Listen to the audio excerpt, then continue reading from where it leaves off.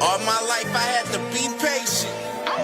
Like Meek Millie, I was dream chasing. Finger to the law when I see haters. Oh, the feeling when you tell your niggas we made it. Ooh, baby. Ooh, baby. Ooh, baby. Ooh, baby.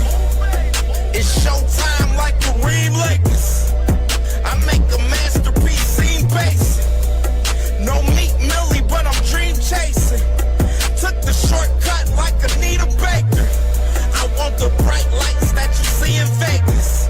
I need a big house with like 3 basements. Drop an M on the whip, think I'm speed racing. Don't know if it's the Transformer or the Green Ranger. My nigga Mac got the beat banging. Young nigga selling crack as a teenager. Had fiends playing baseball out here free basing. Had me showing off the rings like a Freemason. My mama gone, but I keep pacing. Trying to keep it all together like I need braces. Family calling when they need favors. When I was broke, they was acting like complete strangers.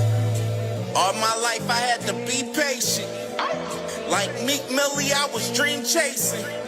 Finger to the law when I see haters. Oh, the feeling when you tell your niggas we made it. Ooh, baby. Ooh, baby. Ooh, baby. Ooh, baby. Rest in peace, the Nippy was the street savior. Got my credit right now, I need acres. Gotta turn your dirty money into clean paper. Trying to own a franchise without a key player. I go through hoes like I weave laces. Tree blazers, let they mama noodles be flavored. Meat takers that be acting like the sacred. You bust in, you would think they on their knees praying. Then I slide like a screensaver. When I'm done, make some scrambled eggs, cheese bacon. Then it's on to the next, I ain't a speed dater. Little bitch ain't gon' hear from me till weeks later. I don't see no things changing. Kids still dodging bullets like they seen Matrix. These young niggas really need saving, but OGs won't teach them that the street's dangerous. All my life I had to be patient. Like Meek Millie, I was dream chasing.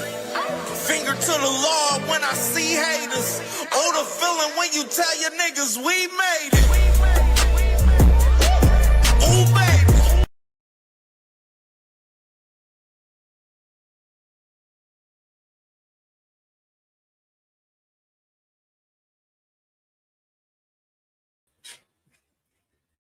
Was good, man. CamJNetwork, man. Y'all already know the vibes, man. It is sorry, but not sorry. Boston Talk Wednesdays, man. Y'all already know how we about to get it popping tonight, man. It's a lituation. You already know we got some crazy content for tonight, man, for the show.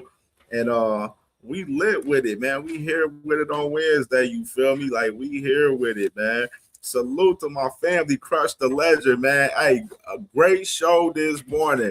I missed it, but I had to watch it back, man, as soon as I woke up this morning, man. Amazing show for my brother, Crush the Legend, man. And y'all make sure y'all subscribe to my brother, Crush the Legend, man.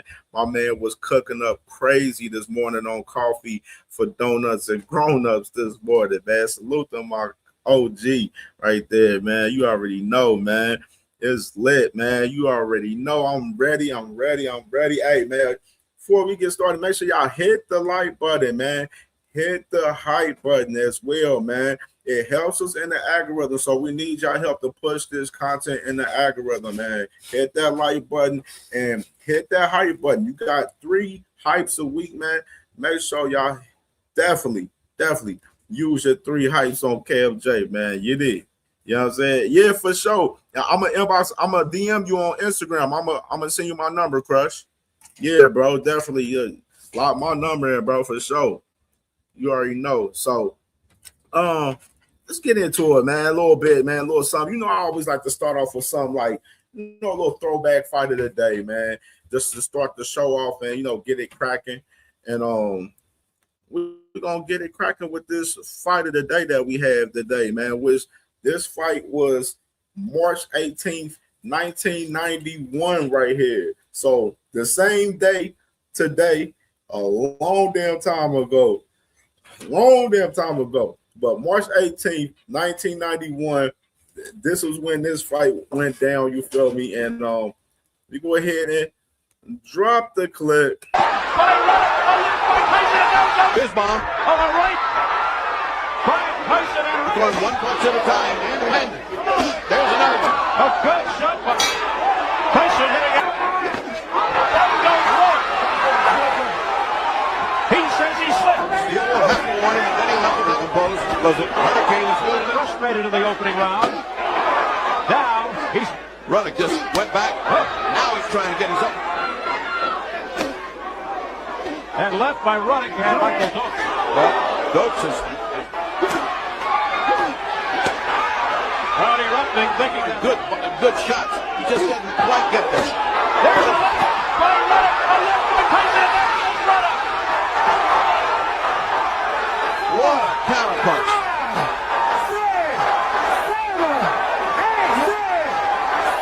Crowd groans. That body crowd groans.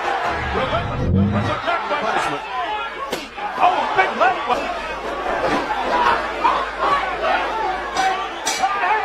Warning. Oh. Great right hand. Not nice. The judges have to worry about it. All right, uppercut. Richard Steele, who has refereed 83 title fights, to officiate this one. Tyson's promoter, Don King. Oh, right hand. One of the best, huh? Oh, what a right hand. And then the right hand over. Oh, nice. Here goes Razor running out of nowhere. Combination by Ruddock. A right by Ruddock. Again, a left uppercut by Razor Ruddock. That's stunned Tyson. Now Tyson says no. Hit me again. And he did with a right. At the bell sound. Unifying round. We head into number 7. Both rolls by Tyson. I'm saying he'll sit in that. Those punches took a little bit of effect on Tyson. That was a hard body shot. And it seems to have taken some steam out of Tyson. Ruddock coming back. Now Tyson with a big leg. Yeah, but Ruddock for withstanding this kind of barrage. Oh, right by Tyson.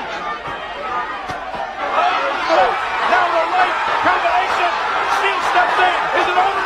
It's over. It's over. And Mike Tyson has defeated Razor Ruddock here in the 7th round. That's going to be ugly.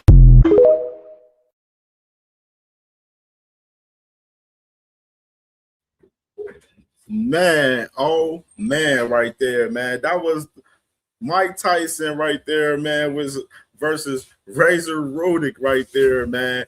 Riddick right there was that fight March 18th, 1991. That was the second fight that they had, the rematch. Of course, in the first fight, if y'all remember, Mike Tyson and Razor Riddick, they had a draw in the first fight. But that second one, that boy Mike Tyson got him up out of there, man. Got him up out of there in the 7th round. Crazy right there, man.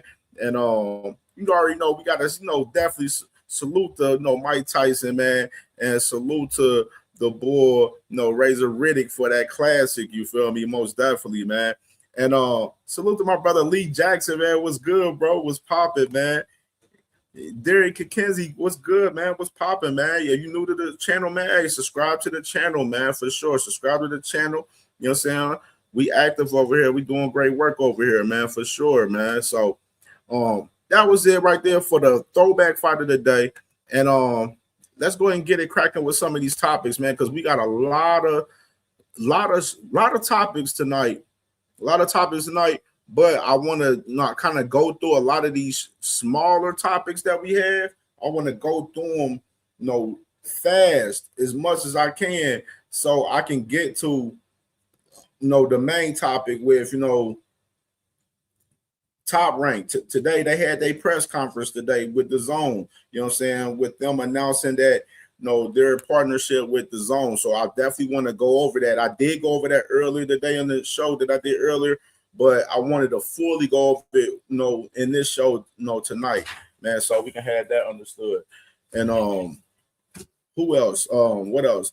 we gonna get into the conversation with Keyshawn and Abdullah Mason tonight. You know what I'm saying? Like all of that wild shit. You know what I'm saying? Definitely nasty work for Mr. Keyshawn. So we definitely gonna be talking about Mr. Keyshawn Davis and Abdullah Mason from the whole press conference today, of course, too. And of course, the main question, is Devin Haney overlooking Rolly Romero, for Ryan? Like, which is, a big question that, I'm starting to, being concerned of a little bit, the way that they moving, you know what I'm saying? So, we definitely going to get into that for sure, man. And it's lit, man. It's up, man. Salute to my brother Cash, man. What's good, bro? What's popping, man? What's popping, man? That's one of my main hitters, man, on the channel, man. Y'all get out of line, man. He clipping y'all for sure, you heard? So, all right, let's get it started. Let me start off with this because it is fight week, and I want to get into this conversation with these guys. Of course, this Saturday we got Carlos Adames versus Ammo Williams this Saturday, man, on the Zone. And this fight, 160, the 160-pound WBC title will be on the line. And of course, this fight was supposed to be on the Shakur and Teofimo Lopez card, but Carlos Adames, he ended up getting sick. I think it was a part of the weight cut, me personally, but he got sick, the week of the fight, to where Ammo Williams had to, having a replacement opponent to fight on that card. So you got Carlos Adames, Ammo Williams this Saturday. They got guys like Amari Jones on the card, the heavyweight prospect Terramona. I believe he's from Australia. So, they got those two guys, that's making, some motion, a little bit in the matchroom staple that's going to be on the undercard. So definitely, we're going to be tuned in. This is the big card this Saturday right here for this week. And we definitely going to be, talking about it and having conversations about this fight, a little bit more probably tomorrow and Friday. You know what I'm saying? Getting into, you got the press conference tomorrow and then you got the weigh-in Friday. So we'll have more conversation about it. But I wanted to just, let it be known that we do have some fights this week, and this is like the main fight of this week right here.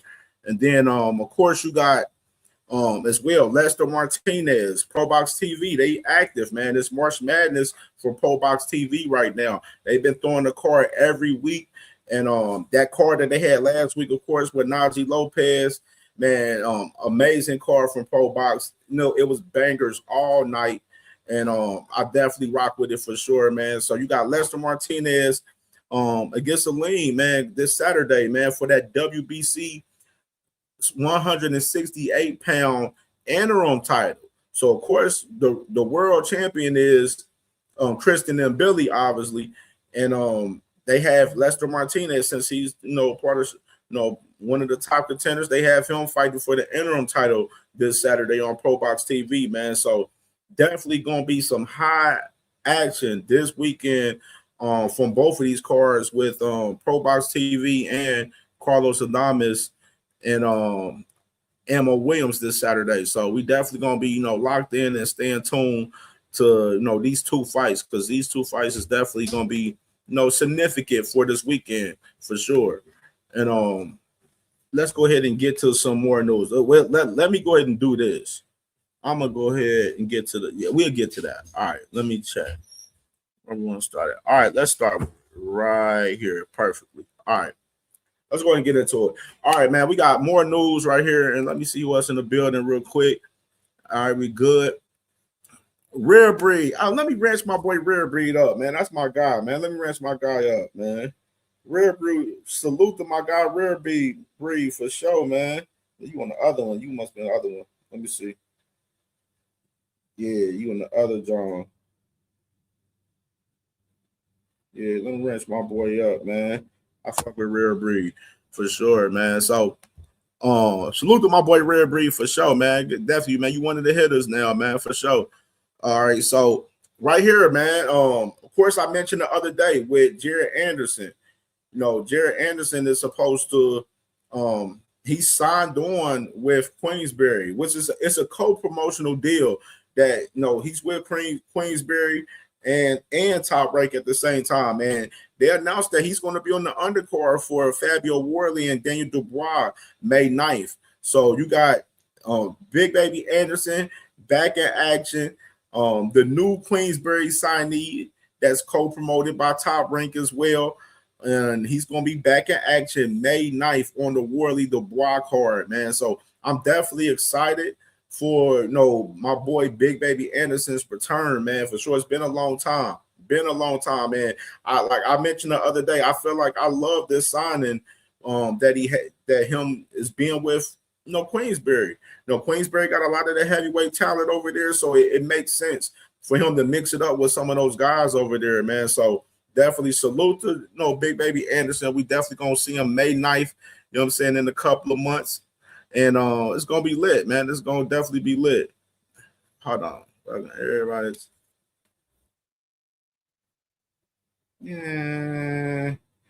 Clifton. Yeah, I see that little weird shit. All right, so salute to my boy T Hill, man. Salute T Hill, man. That's family, man. Hold on, T Hill. I gotta do something with T Hill today too. I gotta do something with T Hill real quick too before we get this thing started, because I fuck with my brother T Hill. All right, gotta get my boy T Hill, man. I think T Hill, that's my brother, man, and support me a lot, man. So I definitely got to get my brother the big ranch, man, for sure. That's family right there, man. So salute to my brother T Hill, man, for sure. So let's get into this next one, man, because we got a lot of quick hitters tonight. So I wanted to highlight this too, man. So salute to Brush Boxing for coming with this story right here. Former Emmanuel Stewart protege Jonathan Banks, he has been named the new trainer of the new Kronk Gym. So you got Jonathan Banks, man, work with guys like Vladimir Klitschko, Triple G, and Dillian White. Got a rich history in boxing from Jonathan Banks, man. So he's going to be the new head trainer of the Kronk Gym, the famous Kronk Gym out there in Michigan, man. And salute to him on this move right here, man. So definitely wanted to definitely put notice on this, because this was some significant news in boxing. Everybody, if you understand the Kronk Gym from Tommy Hearns and a lot of those guys coming out, a lot of rich history in that gym right there, especially with Emmanuel Stewart being one of the GOATs, one of the best trainers ever that ever did it. So definitely wanted to highlight this for sure on the show, and salute to Jonathan Banks on this new move right here, man, for sure, man. Salute to him. And let's get to the next one right here. So we got news right here with Charlie Suarez, man. So Charlie Suarez, the WBO mandatory challenger that just got ordered to fight Emmanuel Navarrete for the rematch just now. He just signed on with Samson Boxing. So you got Charlie Suarez, the new signee of Samson Boxing, Mr. Samson Lickowitz, that he manages guys like the Fundoras, Sebastian Fundora, Gabriela Fundora, what's his name? David Benavidez. He was working with, he's working with a lot of guys through PBC, so he definitely has a lot of motion. And I think this is a great move.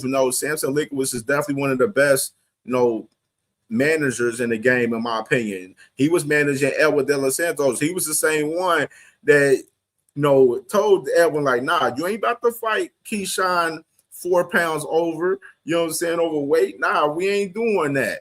You know what I mean? So I like Samson Lickowitz, man, and everything that he stands for sure. And I think this is a great move right here, man. Salute to Charlie Suarez, man. And we waiting for that date, man, coming up for him and Emmanuel Navarrete for sure, man. So salute to him right there. And another quick hitter. You got Big Baby Miller back in action, man. The toupee is back in action, man. Against Linear Apparel, this is a dangerous ass fight for Big Baby Miller. Linear Apparel, that boy can crack. He can crack, man. He can definitely scrap for sure, man. So I like this fight for sure. And both of these guys, they are main eventing this card. So we'll see how Matchroom build this card, with Big Baby Miller and Leonard Pirro right here. I think Pirro, man, it's like, I know he's a Matchroom guy. Big Baby Miller I hope he understand what's going on, because Eddie Hearn is trying to get you whacked by Pirro right here. So I definitely want to see what's popping, man, with this fight, man. This is definitely gonna be a good one right here. I'm definitely excited to see this fight right here, because the style matchup. Big Baby Miller, ugly fighter, Pirro, a heavy puncher, man. So definitely that way, Cash Crypto. Hey, bro, he better fucking not have no fucking toupee on, bro, for this shit, man. Just ball that shit out, dog. Ball that shit out, bro. Dead ass, man. We don't need no fuck shit with that shit, man. For real. Yeah. So salute to these two guys, man. April 25th is the date for this fight. So we had this fight going on April 25th, man. We got a lot of action cracking, man. So definitely, man, we're gonna stay tuned to this situation for sure. The next one, another quick hitter. I mentioned this before I got off the live last night on the show. Dalton Smith, Alberto Puello, WBC mandatory right here, June 6th in England. So you got these two guys fighting for Dalton Smith's strap. Of course, Dalton Smith, he just beat Subriel Matias and stopped him, and stopped him in the 5th round, by the way. And Alberto Puello, he lost to Subriel, and that was his last fight. So he was lingering around waiting for the winner of that fight, and the WBC is allowing him to get the winner, and it's mandated. They locked in June 6th in England, and it's gonna be an interesting fight, man. It's gonna be an interesting fight.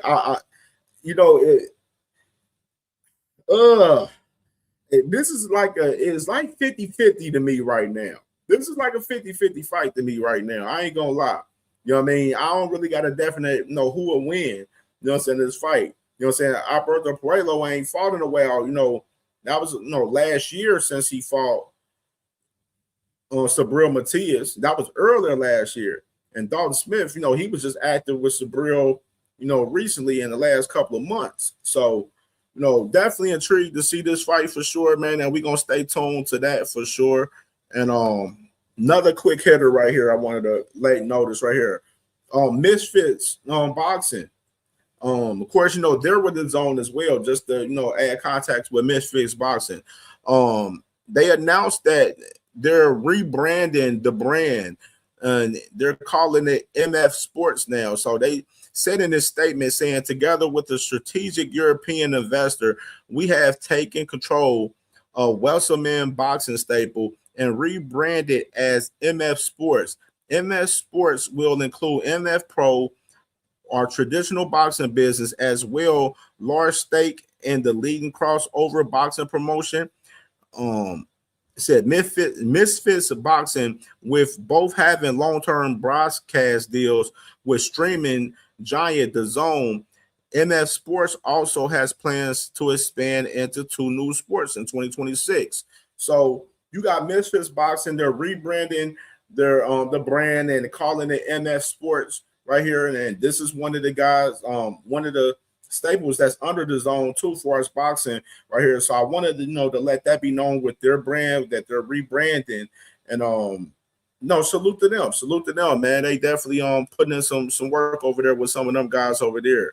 And we can keep it pushing. That was just a short topic. I wanted to let it be known for sure.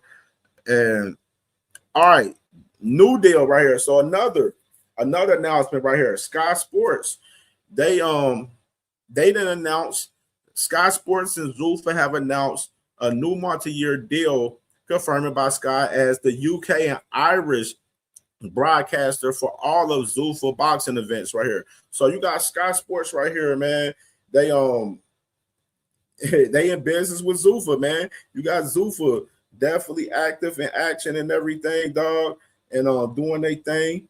And I told y'all that this was in the works because you seen with Eddie Hearn in recent time, well, not Eddie Hearn, with Dana White, you seen with him in recent time, and that he's been on he's been on podcasts with a lot of UK guys in recent time, and if y'all noticed, and of course, they definitely approached the BBC about the BBC are approving the Zuffa belt, and of course, you see the card that they have going on that they're intertwined with for April 11th with Fury and Magmadov, having Conor Benn, signing him to a one-fight deal. They're trying to corner that UK market and push through that UK market.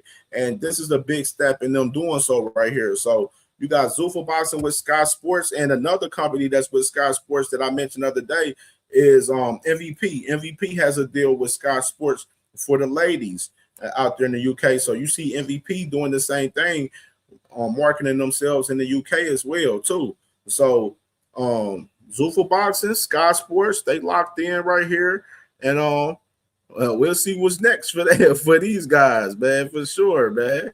And let's see who else in the building. My boy said, I'm ready to see Tito Mercado get his shot. Hey, did he officially? I'm trying to remember if he is officially with Zuffa. I think he's officially with Zuffa now, I want to say. Because I know it was a lot of conversation about him being with him moving on to Zuffa and everything, but I ain't know if it was a for sure thing yet. And I think it's probably locked in now. It might be locked in now. It might just be locked in there. So all right, man. Let's go ahead and get to it. I want to play this clip right here. So let me play this clip right here that I got. Where we at? Where we at with it? Oh, yeah. So, yeah, here we go. Yeah. Not. Yes. Maybe. Yeah. So.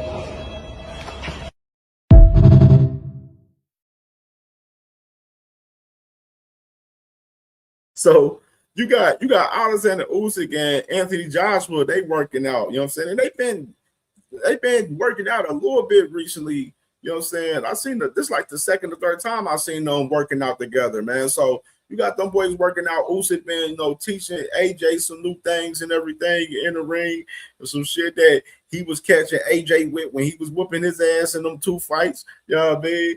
And you got Usyk, of course. He's going to be fighting May 23rd. He's fighting the kickboxer Rika Verhoeven, which is a lot of people isn't kind of that shit right now, which I totally understand. But I'm not mad at Usyk for doing that fight, because a lot of y'all people ain't keep that same energy when AJ was fighting Francis Ngannou and Jake Paul, and y'all ain't keep that same energy with motherfucking Tyson Fury fighting Francis Ngannou. You know what I'm saying? So, you know what I mean? They can miss me with the bullshit for us to shit. But just to add a little context, conversating about AJ, I wanted to, kind of late notice though a little bit. Of course, Eddie Hearn the other day, I played the interview with him the other day where he was talking about, what's next for Anthony Joshua. And, the plan for Anthony Joshua is, tune up, then, Tyson Fury. And it was little rumors swirling around out there about Tyson Fury and AJ being, locked in for 2027, the top of the year. But those, Eddie Hearn came out and debunked those rumors immediately by saying, like, yeah, that those rumors are not true. We haven't talked to anybody about the fight yet, and we're still looking to have a tune-up first before we even get into having that fight. Because of Tyson Fury is fighting Magmadov April 11th as well. So, and the plans for Turkey Al-Sheikh for us putting on this fight the whole entire time was to give these guys a tune-up before they fight each other, in which they're obviously working on.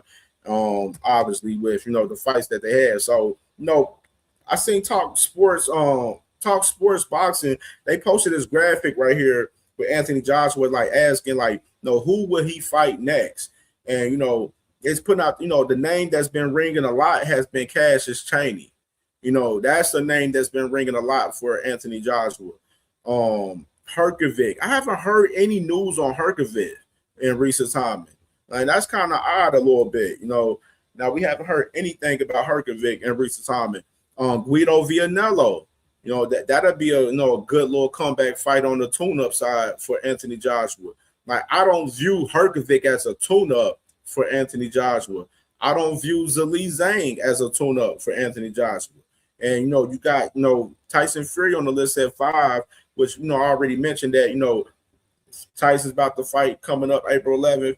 AJ's looking to have a tune-up before then. So, obviously, AJ wouldn't fight Tyson Fury next, in my opinion. And, of course, Eddie Hearn said that, AJ's about to get in pre-camping and, these next couple of weeks. He's already just been, training, staying ready and everything. So, we'll see what's next for, AJ, man, and stay tuned to the situation for sure.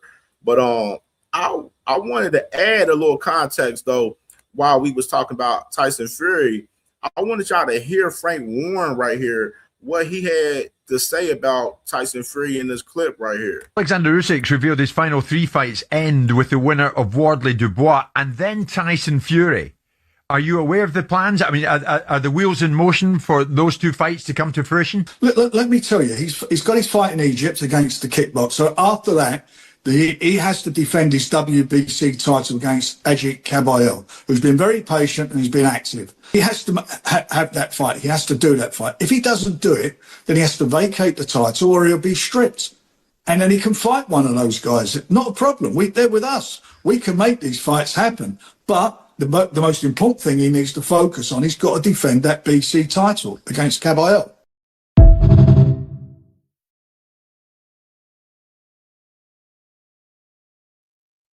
So there you have it with Frank Warren from Queensbury right there talking about Alexander Usyk, saying that, he shouldn't be looking to fight Fabio Wardley and Daniel Dubois. He should be fighting Ajit Kabayel. And, they're pushing for the WBC to force Alexander Usyk to fight Ajit Kabayel after this fight that he has with Rico Verhoeven, or strip him. They're pushing that right now. So it's a real intriguing situation because Tyson, Alexander Usyk, he got the WBC, he got the IBF, and he got the WBA.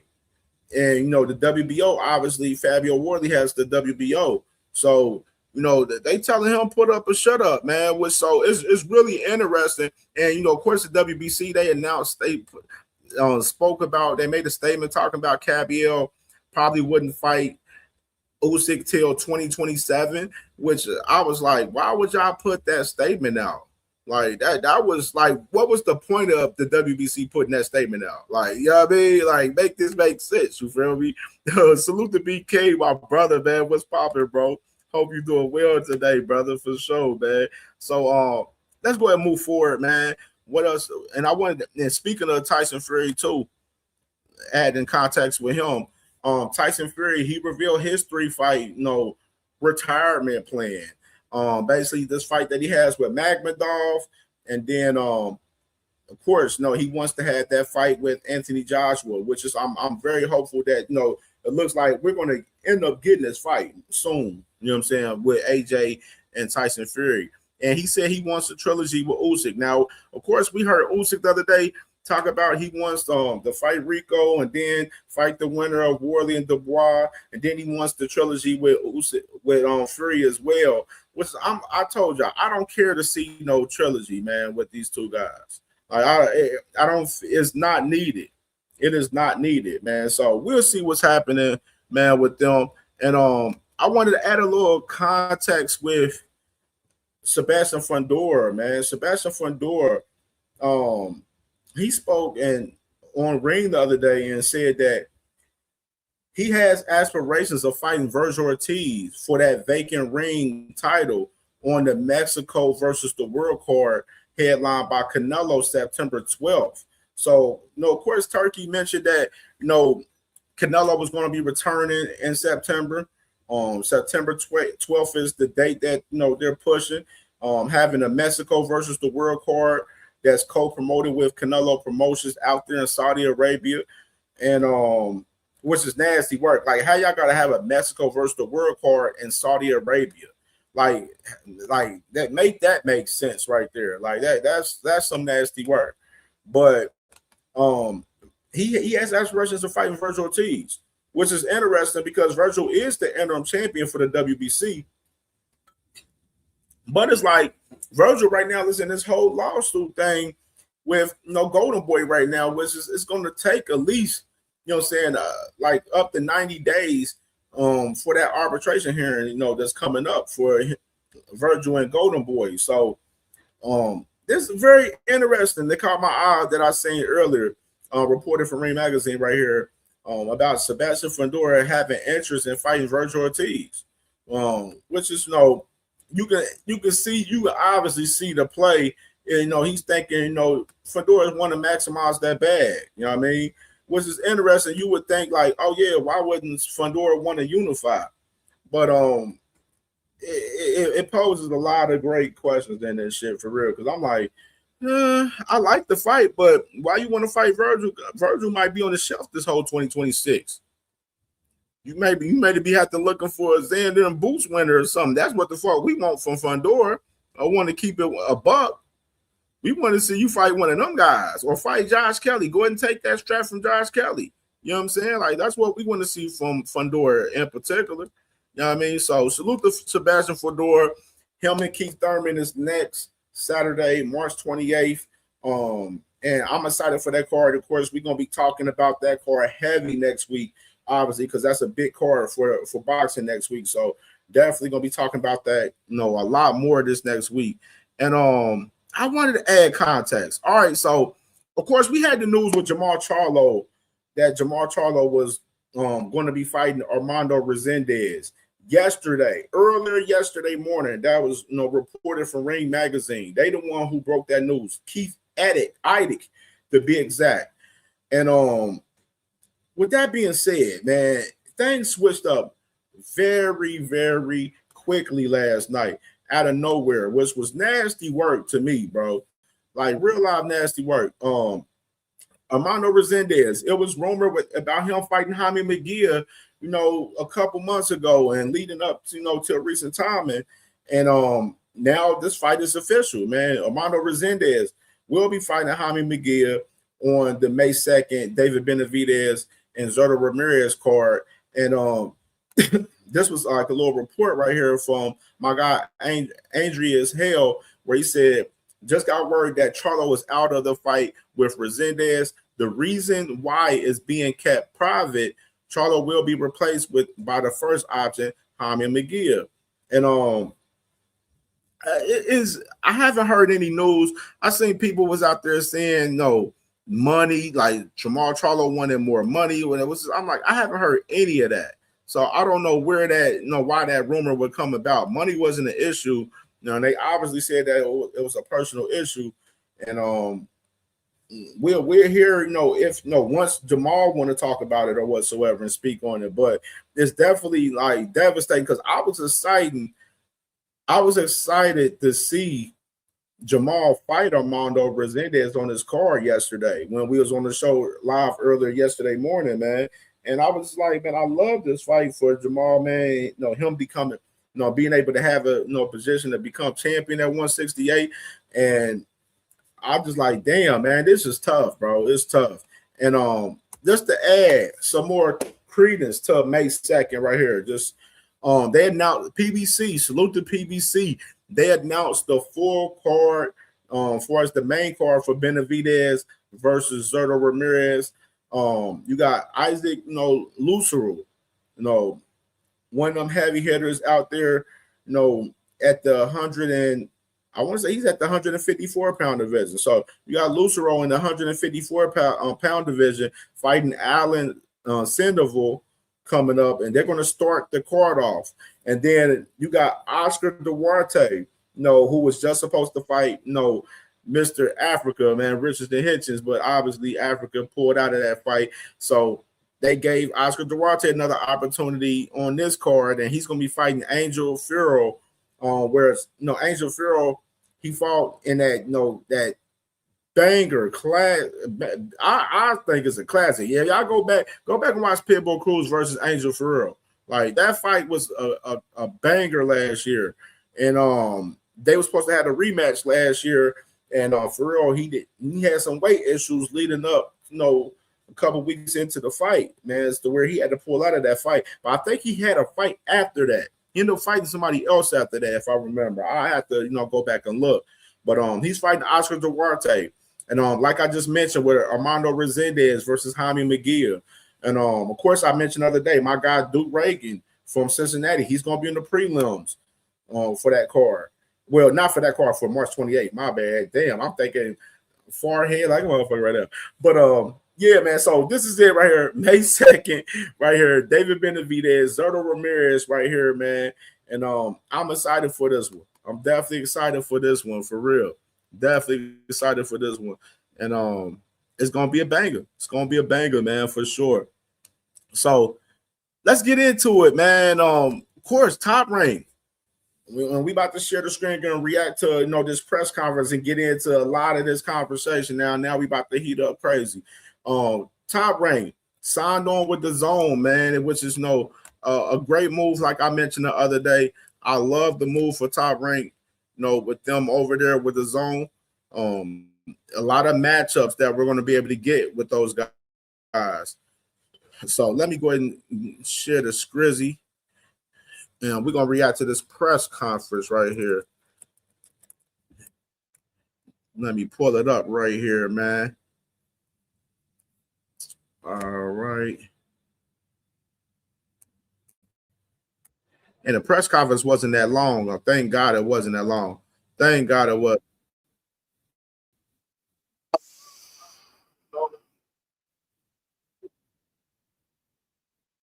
60 years, man, which is amazing. That is amazing to see Top Rank still up and going there. I had to give Top Rank a lot of credit, with them recently, man. The past year, with them not having a network, they've been doing their damn thing. They literally have made it work to stay busy and stay active and keep everything going, man. And you just got to salute to those guys, for them being able to keep their guys active and continue to build champions in the process, which they have built a lot of champions in the process, from last year up until now. So definitely let me go and share my screen right here because we have it ready. All right, Top Rank. All right. For 60 years, I've had the privilege of working with some of the greatest boxers the sport has ever seen. Two of the very best in the world doing battles here. I've seen it all. I've done it all. But this isn't the end of an era.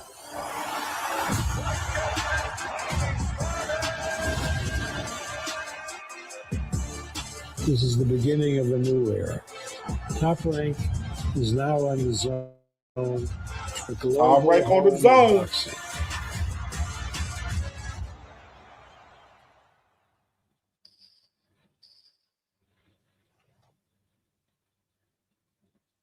Welcome everyone inside Madison Square Garden for this official announcement of the new partnership between Top Rank and Dazn. This iconic arena, biggest shows over the last 6 decades, so it is a fitting location. Make sure y'all hit the like button. If y'all ain't hit the like button on both on the horizontal and the vertical live, hit the like button, y'all. Over to Dazn, the global home of boxing. I've got some people up here that can explain some of the details of this deal. Also, 4 of Top Rank's top fighters, 2 world champions, Shushu Parrington, Abdullah Mason, 135 pounds, former world champion and soon-to-be world champion Keyshawn Davis, now fighting up at 140. And a guy that's not that far behind him, Emiliano Vargas, one of the best prospects in all of boxing. Before we get to them, Bob Arum himself is not here on this stage. Couldn't be here today, dealing with some injury issues at the moment. He passed along this message that he wanted everyone to see. Hello, everyone. Thank you for joining us today. In the next few weeks, I'll celebrate 60 years since 60 years. promoting my first fight when Muhammad Ali defended his title against George Chuvalo in Toronto, Canada. Damn. What started with that one event has turned into a historic run with some of the most unforgettable and iconic moments in the sport. Now we're beginning a new chapter at Top Rank as we've signed a multi-year partnership with the global home of boxing, Dazn. This agreement will bring our events, library, and unparalleled roster to Dazn and their subscribers. Not only the current great fighters, but the fighters from yesteryear that are just legendary in the sport. Fighters like Monzon and Valdez and Tommy Hearns and Marvelous Marvin Hagler and Sugar Ray Leonard and Roberto Duran. We're proud of the history we've built over the past 6 decades, and we're very excited about the next chapter. I look forward to bringing the best fighters in the best fights to fans everywhere watching on Dazn, which is the place to be to watch really great modern boxing.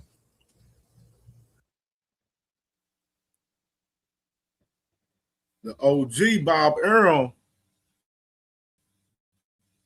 So I'm gonna fast forward through. We also have our this partnership with his right here. excellence. So yeah. This DAZN umbrella. You've got Top Rank now, Matchroom, Queensberry. You go down, Dimitri Salita, Eye of the Tiger, involved with DAZN. Is the dream to get to a point where we're doing 45 to 50 types of shows in the U.S. every single year? Absolutely, Chris. Where we'd like to get to is that we have a fight here in the US every Saturday night. So fight fans know they can turn on the DAZN app and they can see, a fight right here in the US on US time zone. And I think, importantly, with the best fighters. And as you've said, we've got those great promoters already with us. We've got Top Rank joining. That's going to enable us to make those events. And on top of that, we also have our partnership with His Excellency Turki Al-Sheikh. He's made some incredible events, including the recent event here at Madison Square Garden. And we'll be doing more of that, working with him and under his guidance as well. All right. So right there, man, the Zone Rep, he let y'all know right there that they planning on to try to keep the Zone active in the U.S. market with having fights on every Saturday among, Top Rank, Matchroom, and hopefully Golden Boy if they re-up their deal, and Queensberry as well. So definitely great news right there. Definitely, that's great news. Definitely, and I love it. All right, appreciate it, Pete. Todd DeBuff, you've spent the last 8 months or so examining your options. Jay, with man, Top was Rank. good, bro. Why was was good, this bro. deal the right fit for you guys? Startups excuse the ad, y'all. Excuse the we're ad. making at least one part easy. This boy Todd DeBuff, he get to popping his shit in this shit right here, man. Thanks for everybody for showing up, and this is a big night, big day for all of us. Chris, that's an interesting one. It was we were up at a round table, and I kind of slurred something out, and I said I didn't know if DAZN was friend or foe, right? Because so often we were across the table from each other, or we were trying to get matches. But I really think what we saw out of them, which was amazing, is their real dedication towards the sport on a global basis. And their technology, their tech stack, their deliverables, the product. And then you take it even a step further, and let's get that less friction when trying to make matches. By consolidating a lot of the marketplace, by consolidating a lot of the European guys, we know that the matches were just so there to be made, and we didn't need to add a layer. Then the third piece is being like-minded. When we got into the room, and even though, as Pete says, I'm sorry it took a year to finalize this, right? When we got into a room, we actually realized we were like-minded. We were like-minded on how we wanted to present the sport, how we wanted to grow the sport, and how we wanted to put the best foot forward for the fans. So everything came together. May have dragged out a little longer than both of us wanted. And I'll say this in my personal like aha I got was last spring when they executed on the Club World Cup, activating so many different platforms to get the exposure of not only soccer but their product across the board. The light went on for me. You know, everybody wants to know the details of a deal like this. How many fights? How much money? Everything that's involved in this deal with DAZN. What can you say about what kind of commitment that Top Rank is making to DAZN and what kind of commitment they are making to you?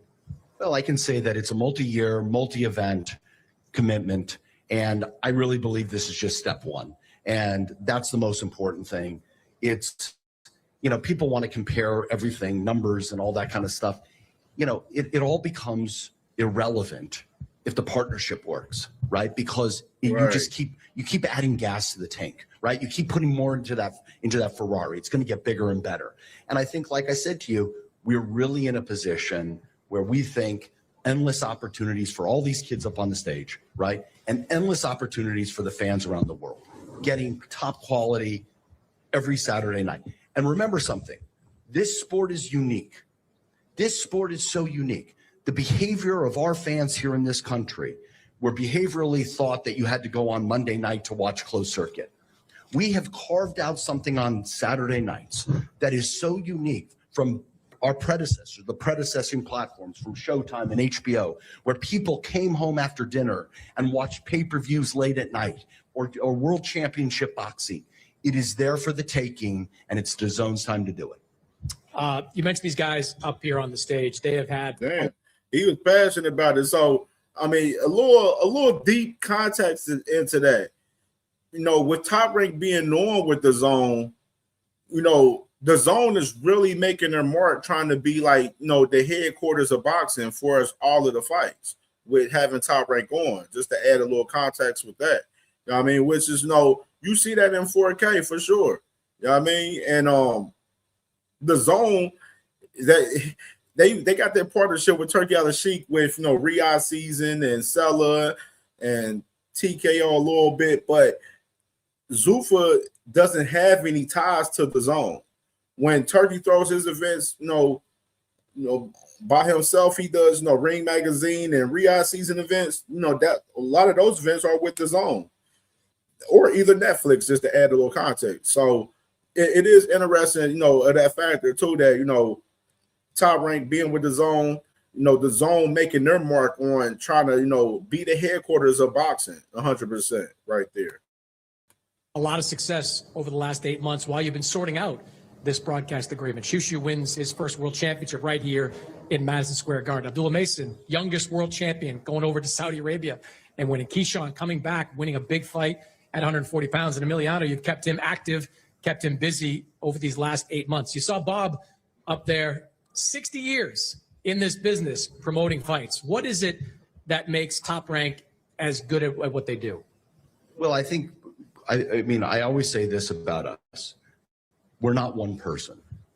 And that is the beauty of it. We are really a wonderful team. And when you start to look at it, what makes our guys so good? And I really believe there's a matchmaking piece to our equation and how our Bruce Trampler and Brad Goodman have architected the careers of so many fighters. So they have got it so that, I don't want to brag, but I think we've whipped everybody's ass the last 6 months. We just put an ass whip on everybody, right? Yeah, like, I'm running out of content. You got to come over here, right? And it didn't matter, but it's really the body of work, right? Giving these kids, giving Shushu and Keyshawn and Emiliano the opportunity to get their trade, to show their abilities, and then elevate their marketability. And I think there's that perfect combination. All right, let's hear from some of these fighters who are up here on the dais. Right. I want to start with you, Shushu. It's your city, man. You won your world title, grew up around 10, 11 miles from here in Brooklyn, winning a world championship this past January. That boy Shushu look like he been eating good since he got that strap, man. I ain't gonna lie, man. For him to be fighting at 126, dog. Hey, man. Hey, dog. To become a title holder at 126. For you, getting a platform like this, being able to stay active, you're kind of nodding your head there. What does it mean to you? You know, well, I got a little taste of like fighting on DAZN, my last fight, as you've mentioned, and the amount of TurboTax locations are now open in your neighborhood. So, hand off your taxes to an expert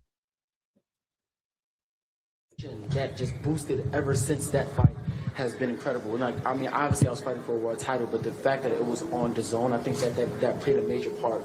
And it's something that I'm really looking forward to in the next steps of my career, because with the partnership of Top Rank and DAZN, and with all of the fighters, like you know, Top said, like we've been kicking ass since past. Like, I'm not gonna lie. So, but I really do believe that we are gonna bring nothing but excitement and just, you know, continuous generational talent, you know, year in and year out. And I feel like it's just the perfect puzzle piece in order to continue to make boxing great. You've got that world title on your shoulder. I think you'd agree there are too many champions at 126 100%. right now. We need to get some unifications going at 126. Facts. You've got your promoter right here. You've got Pete over here.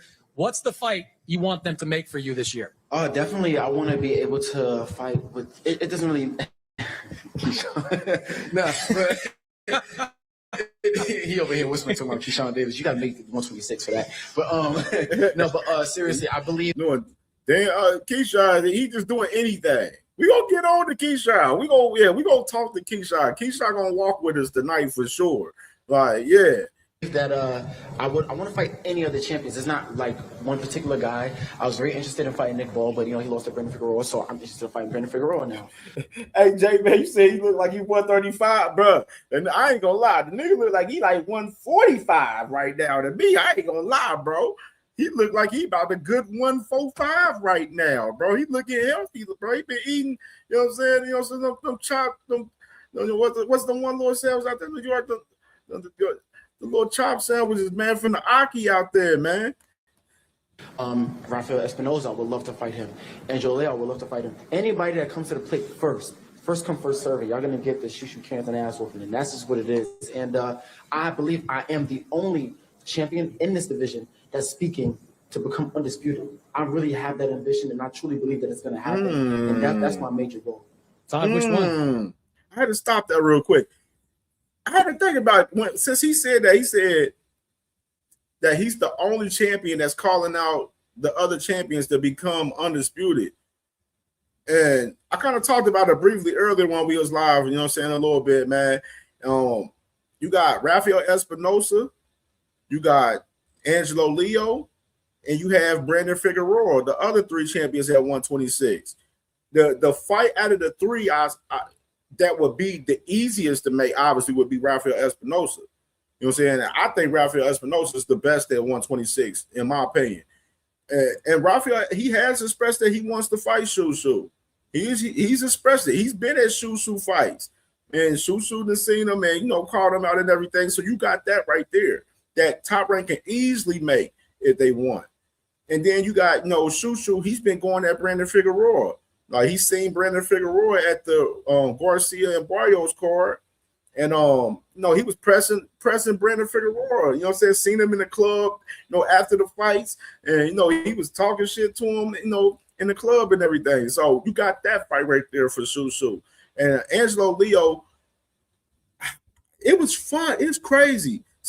They had him in that graphic. I'm going to show the graphic in a minute. But Angelo Leo he's in that Top Rank graphic. So, and I thought Angelo Leo was with Manny Pacquiao Promotions. I was thinking about that. But then people was talking about it on Twitter about Angelo Leo being with Top Rank. So Angelo Leo, if he's on Top Rank, then we need to see him getting it cracking with, you know, either Rafael Espinosa or Shushu soon. I know Angelo Leo does have a fight coming up soon. He's supposed to fight coming up, I believe, in like April or May. But, you know, after that, we need to see him trying to unify up, man. You know what I'm saying? He be doing voluntary and mandatory situations. He's doing this job, defending his strap. But we need to see you with the unification time, you know, very soon, dog. You know You know what I mean? So I like Shushu right here talking this shit, talking about he want to unify up right here. And I'm hoping that he's standing on business with that shit. You know what I mean? For sure. And he ain't been a liar from far as anything I've seen from Bruce Shushu Carrington, you know what I'm saying, in interviews, etc. You know what I mean? So Bruce Shushu, he's standing on business out this motherfucker, man. You tell me. Well, I'm not going to listen. Now you're putting me on the spot here. I'm not sure. I'm not going to answer. D, all of the above. Keyshawn, no surprise you call out Shushu because you've been calling out everybody over the last 3 Calling months. out everybody. You damn right. Since you came back and won your first fight at 140 pounds. When you heard about this announcement and how it was, what was happening here, what was your reaction? I was definitely surprised hearing this announcement, but I wasn't too surprised. You know, Dazn been carrying the torch for a while now, and my first fight in the professional ranks, my debut, was in 2021 in the Dolphin Stadium, Canelo versus Yildirim, and they've been putting on like major events, and now I feel like the whole world is starting to realize that now, and just before, you know, Turkey added, you know, a lot of flavor to it as well. But, you know, Dazn Matchroom been doing it by themselves too for a long time. So I was surprised, but I wasn't like too surprised because, you know, it makes sense. Your first, I think, and your third fight were on a Dazn card, another Canelo card, Canelo Saunders at AT&T Stadium in Texas. I mentioned you calling on everybody. And I've got a list from what I think you've been calling out, in addition to Shushu here. Devin Haney, Lamont Roach, Pitbull Cruz. I saw you ran into Ryan Garcia this past week in the club. Salute, Vacay Bay. Salute to you, sister. What's the big fight out there for you? What's the one you have your eye on in the first half of 2026? Warning. Due to the extreme violence depicted in this film, what you are about to see is all that has been approved.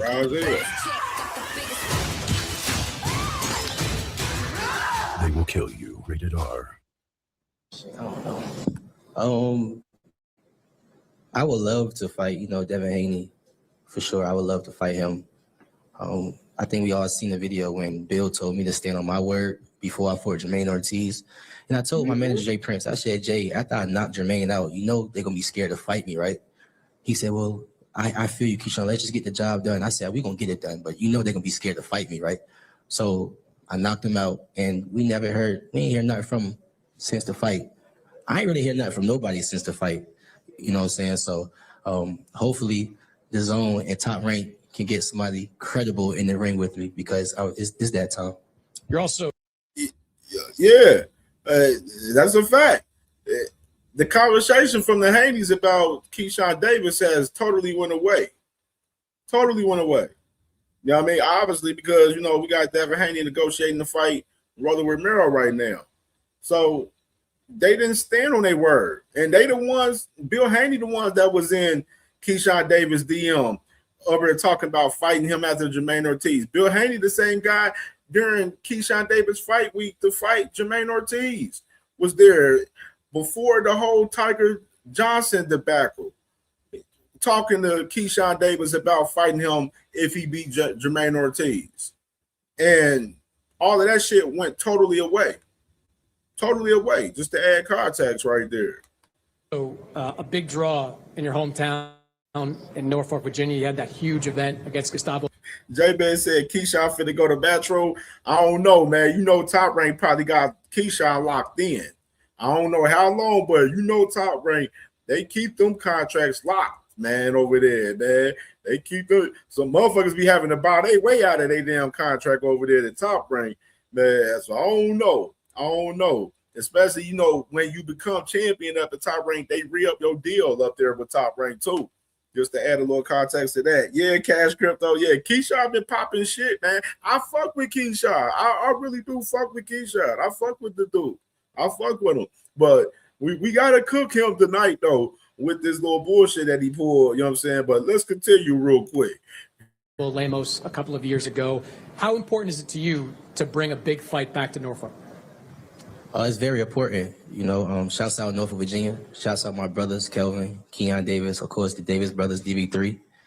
And it's very important. You know, my city love me. Like every single time I go back there, I'm gonna sell out the arena. It's you know, they just love me. I got that support out there because, you know, we've been just doing things involving the community. You know, we recently created a DB3 nonprofit, you know, which we had like a DB3 community day, gave out gifts, food, haircuts, hairstyles for the girls, youth dancers, a youth band. You know, then after that, for January 31st, we had a 50-passenger bus for free come to the fight.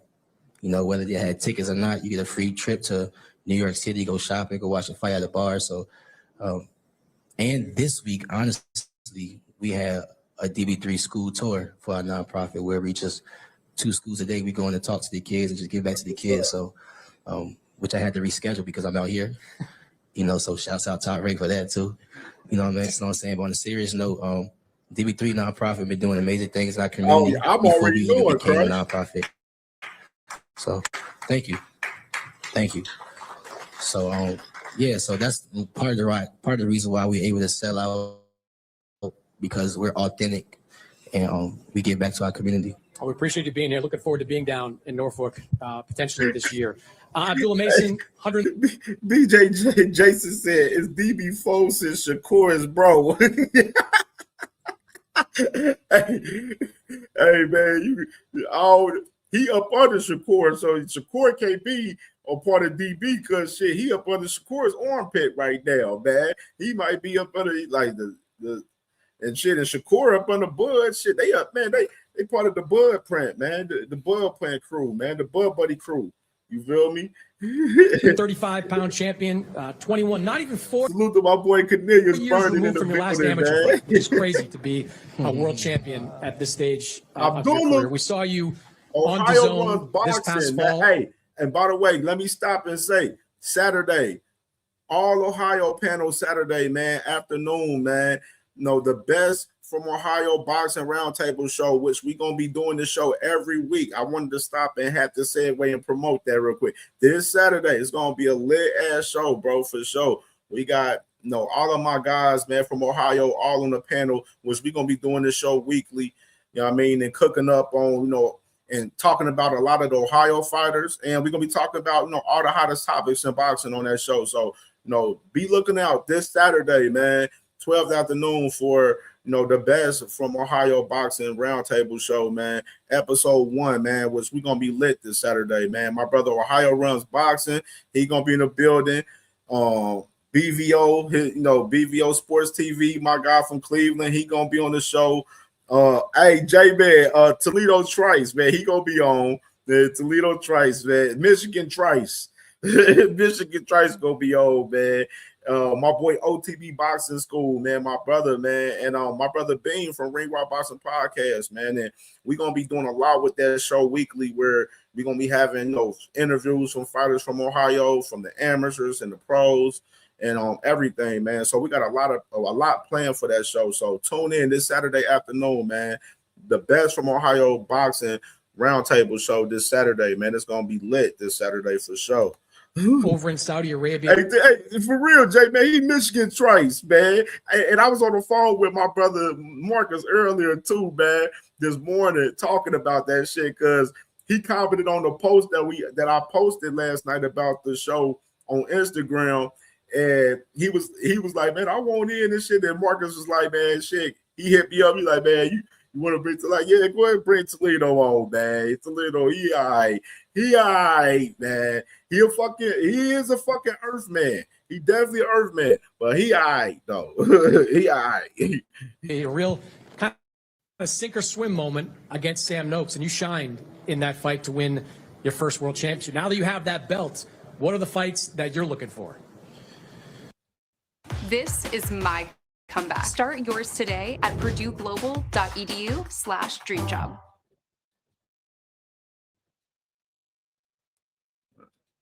Your perfect domain is out there. Go to Wix and make it yours. Like you said, it hasn't even been 4 years since my last amateur fight.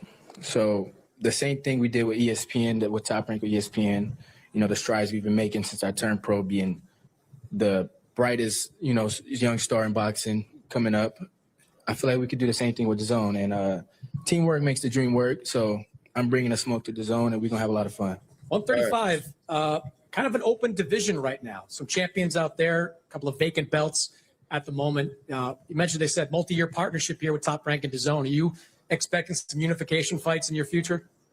For sure. I feel like I can't wait to collect a lot more of these, So from here on, I'm looking to collect more titles, and whatever way they come, I'm ready to grab them all up. You're a big guy at 135 pounds. How many divisions do you think you're going to climb over the next couple of years? However many I want to climb. So whether it's 1, 2, 3, 4, 5, 6, each division, I'm going to do the same thing I'm doing at 135. And I'm taking it one step at a time. And I mentioned Keyshawn. Man, you gotta, I fuck with my guy, man, Abdullah, bro. Like, very humble kid, man. He just all about business, man. He all about that smoke, man. And, like you mentioned, he said he want to unify up at 135, man, which is, I've been saying with Abdullah, I don't know how long he going to be at 135. I think he probably about a good 2 fights left at 135 type shit. And then he going to have to make that jump to 140. But, we'll see what, the matchups they put him on with the first one most likely being, the WBO ordering the fight with him and Joe Cordina, with Joe Cordina being the number 1 contender for 135 for the WBO. So, I see Abdullah maybe like 2 or 3 fights at 135 left in him. And, he going to have to eventually probably most likely make that jump to 140 for sure. You know what I mean? The real businessman. This is the real businessman right here. None of that fugazi shit, man. We're going to get into it. Back in Norfolk, you're a Cleveland, Ohio guy. Get into it. I think we'll see you fighting in Cleveland at some point. Get through that. For sure.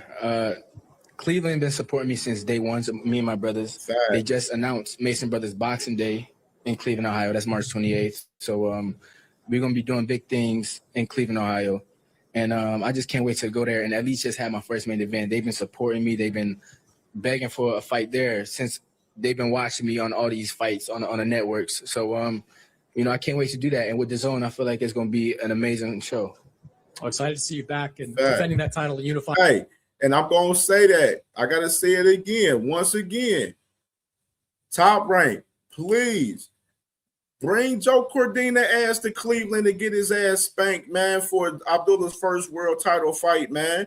Don't let that man fight on no ring card with Turkey or, have him fight on the undercard to another big card. Let Abdullah get his fight in Cleveland, man. Let him get his home title, title defense, man. He well deserves it, man. And he one of your stars, so you got to start marketing him. You know what I'm saying? He one of them guys that's a big star in y'all staple. So y'all gotta market that man and allow him to get his hometown title defense that he absolutely deserves. And I promise you, he gonna sell that bitch out wherever it's at in Cleveland. You know what I'm saying? I don't know. Now I know me and my brother Marcus, we're gonna talk about it a little bit more Saturday. I think more so what appropriate for him in Cleveland, probably like Cleveland State University. You know what I'm saying? Probably, do the arena at Cleveland State University. Or, you know what I'm saying? I know everybody will be like, oh, why won't he, fight in the Cavs arena? You know what I'm saying? I say you take it slow. You feel me? You know what I'm saying? Cleveland State University is reasonable. You feel me? Like me and Marcus definitely talked about that. My brother Ohio runs boxing. You feel me? So definitely, man. He had that first title defense in Cleveland. Hey, Cornelius, J-Man, we in the building. We all Ohio gonna be in the fucking building. You're gonna be seeing a lot of states from Indiana and Michigan, and a lot of people is going to be up in the building. The whole Midwest going to be up in that motherfucker. It's going to be lit, man. So he definitely deserved that for sure. Real shit. And I had to express that once again because I've been expressing that for a long time. Like, I've been expressing that before Abdullah even got the title, where we talked about on this channel, like, hey, man, Abdullah get that title, man. He got to get that first title defense in Cleveland, man, ASAP. You know what I mean? And it's looking more clear that it possibly can happen right here, man, for sure, man. That title at some point of the next year. Emiliano Vargas, the best prospect in boxing, according to Ring Magazine. You are still working your way towards that first world title. You've been able to stay busy over these last 7 or 8 months, including a fight just this past month. What does a deal like this mean for you? I think it's definitely a platform for me to shine on. I'm just grateful to Top Rank, grateful to Dazn for this huge opportunity. Now, like they said, there's no limits. We could hop on any card and big cards. So I'm excited and I'm ready to be on the biggest stage. You're still working your way up the ranks. You heard Todd talk about the great matchmakers they have at Top Rank. What have you been kind of learning over the last couple of years that you think is going to make you a better fighter? I think definitely the rounds, no doubt. I mean, every other world champion, 27, 30. So, you know, one step at a time, one fight at a time. And I just want to be great. That's it. So I'm very grateful, very excited, and big announcement coming soon for sure. See some of those regional titles you've got in your hand there. I know you get your eye on a title like Abdullah's got right there. How far away do you think you are from challenging for one of those belts? Definitely this year, no doubt. You know, I know my journey is different from everybody else's, you know, so I'm just grateful for the opportunity, grateful to God that I get to shine on a big platform, and, you know, sky's the limit. You know, Keyshawn was talking to Ryan Garcia recently. I saw you on Twitter going at Ryan Garcia as well a couple of weeks ago. Is that a fight that you hope is on your radar in the future? Yeah, no doubt. I mean, obviously I bother a couple of people, you know, I wonder why, but I'm gonna continue to shine. You know, success brings envy, and I'm just looking to keep on fighting, keep on shining inside of the ring, outside of the ring, and you know, pick up these world titles. Your dad a DAZN subscriber now? He's good to go? Yeah, for sure. We should get a free one, right? Right now that we should all get one, the ones on stage, right? Free DAZN subscription. Okay, cool. All right. Pete, you got some codes to share to some people? All right, well, we appreciate you guys being here, coming up to New York for this big announcement. All right, man. Yeah, Will Emiliano right there too, man. Him talking about Ryan Garcia, I don't get it. I don't really get it, for real. You at 140, you ain't even fought for a title at 140 yet. So what's the point of you talking about Ryan Garcia for? Like, you know what I mean? Like, I don't get that aspect of it right there. You know what I'm saying? But let's get to the smoke right here. This is what I want to get to right here. Let's get to the shits. Yes. Samsung Beyond Boundaries covers 99% tree with in-home TV and appliance repair. Best in the sport right now. So let me fight. So, all right, right here, man. So, press conference. You notice Keyshawn and Abdullah was sitting on opposite sides of the press conference and everything. Just to add context to the situation, y'all remember last year, Keyshawn was supposed to fight Edwin De Los Santos. At the press conference of that fight week, Keyshawn was talking about fighting Abdullah. And he tried to catch Abdullah off guard with the shit talking, for real. You know what I'm saying? But Abdullah, you know, definitely was sitting there just letting him know, like, yo, I let my hands do the talking. I don't talk that much. I don't got to do all that talking, man. I like to, you know, let my hands do the talking in the ring. You know what I mean? And of course, obviously with Keyshawn, what happened to him that week, he didn't make weight for the fight with, you know, Edwin De Los Santos, where he ended up not fighting at all because the Edwin De Los Santos team didn't even accept the fight. And to add some context even more to that, Keyshawn, when he had his interview on Ring Champs, I ain't going to play that interview, but I'm going to just give you a visual of that. And we talked about that and covered that on that show. I need to drop that video from that shit for a couple of weeks too. I'm going to do that shit. I'm going to do that tonight. I'm going to fuck around and do that tonight going in tomorrow.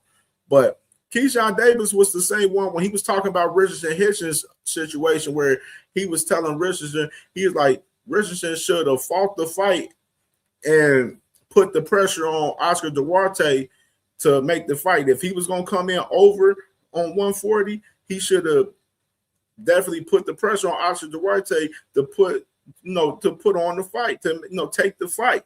which was interesting when we talked about it, because I was like, bruh, that showed Keyshawn's mindset on how he moved with the Edwin De Los Santos fight. You know what I mean? Where Keyshawn was on that stage when he was popping his shit at Abdullah Mason, knowing that he wasn't going to make 140 that week for that fight with Edwin De Los Santos.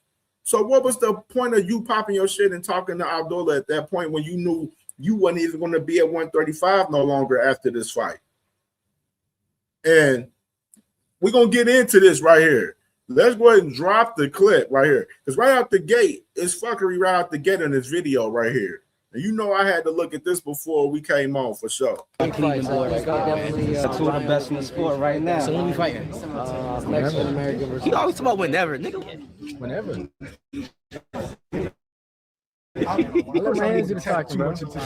Hey, you heard him right there. Keyshawn asked him, no, when we fighting? Motherfucker, Abdullah said whenever. He said whenever. He said, I let my hands do the talking. Let me rewind it back. Two of the best in the sport right now. So when we fighting? Mexican American versus. You always talk about whenever, nigga. Whenever. I let my hands do the talking, bro. We both with Jay now. I feel that. That's why I told Jay. You still looking asking when we fight, you looking to come back? Because he can fight. Of course he can fight. But a lot of people say it's word in the streets. A lot of people say, a little more grooming to do. And I think so as well. But if the fighter say he's ready to fight the shit, put his ass in the ring. A lot of people like who? I said word in the street. Word in the street. The word don't count if it's the one I'm fighting saying that you always gonna have something to say. Me? Nah, you had a little fighter. I fuck with you. Sure. You know what I'm saying? At 140 though, I'm not coming to 35. Okay. I'm not coming to 30. Well, I tried to already. Shit ain't work out. Oh really? He talks all really. He trolling. I'm gonna fuck you up. Cool. If you gonna fight, tell the family. I don't know when he's fighting. He probably got played. Now, this is my thing. Hold on. Let me rewind that back. Did y'all hear that, what he said when he asked him about the weight? That's the big conversation with the whole fight between these two guys right there. Is the weight right there. Keyshawn, he's the guy that's been telling us before he fought Jermaine Ortiz that he had intentions on moving to 147. So, and you just announced last week in the interview that you was going to be moving to 147 for your next fight. You know Abdullah's at 135. What are we talking about here? Like, what the fuck are we doing? Like, hold on, let's run it back. Oh, really? He talks all really. He trolling. That's gonna fuck you up. Cool. If you gonna fight, tell the family. I don't know when he's fighting. He probably got plans already this year though, so it's cool. It's cool. And we can take it to the MSG when we fight. You know what I'm saying? He's the only, like, out of everybody right here, him and Shushu is the only ones I want to fight for real. Shoot. Why is that? Do you see? He said out of everybody in here, him, Abdullah and Shushu is the ones he want to fight in here. Shushu at 126. What the fuck are we talking about? Abdullah Mason at 135. What the fuck are we talking about? Like, what are we talking about here? Like, come on. Like, Come on, Pops, come here. You want to come here? Not from Brunch Box. Okay. A wonderful prospect of the year. So you guys are looking to make the biggest fight. You feel a fight with you and Abdullah be one of the biggest in the sport right now? One thing I want to ask honestly, you feel like that? For sure. Like right now? You versus anybody. Put me against, they're going to love it. Just because the skill set. The simple say that incredible moment. They know I'm going to step in and I'm going to do my thing. He a good politician. We're going to have a lot of fun. Huh? Shit, I don't know, man. I'm calling out everybody. Now I got a fighter in front of my face. I came up to him, calling him out. You wait till you move up to 140. When I get there, I catch you. We know your father legendary. He tell him, he said, we can make the fight happen at 140 when I fight my first fight at 140. Listen right here. I might be at 147 doing some shit. All right, so you moving up. He said, I might be at 147 doing some shit. So what are we talking about, Keyshawn?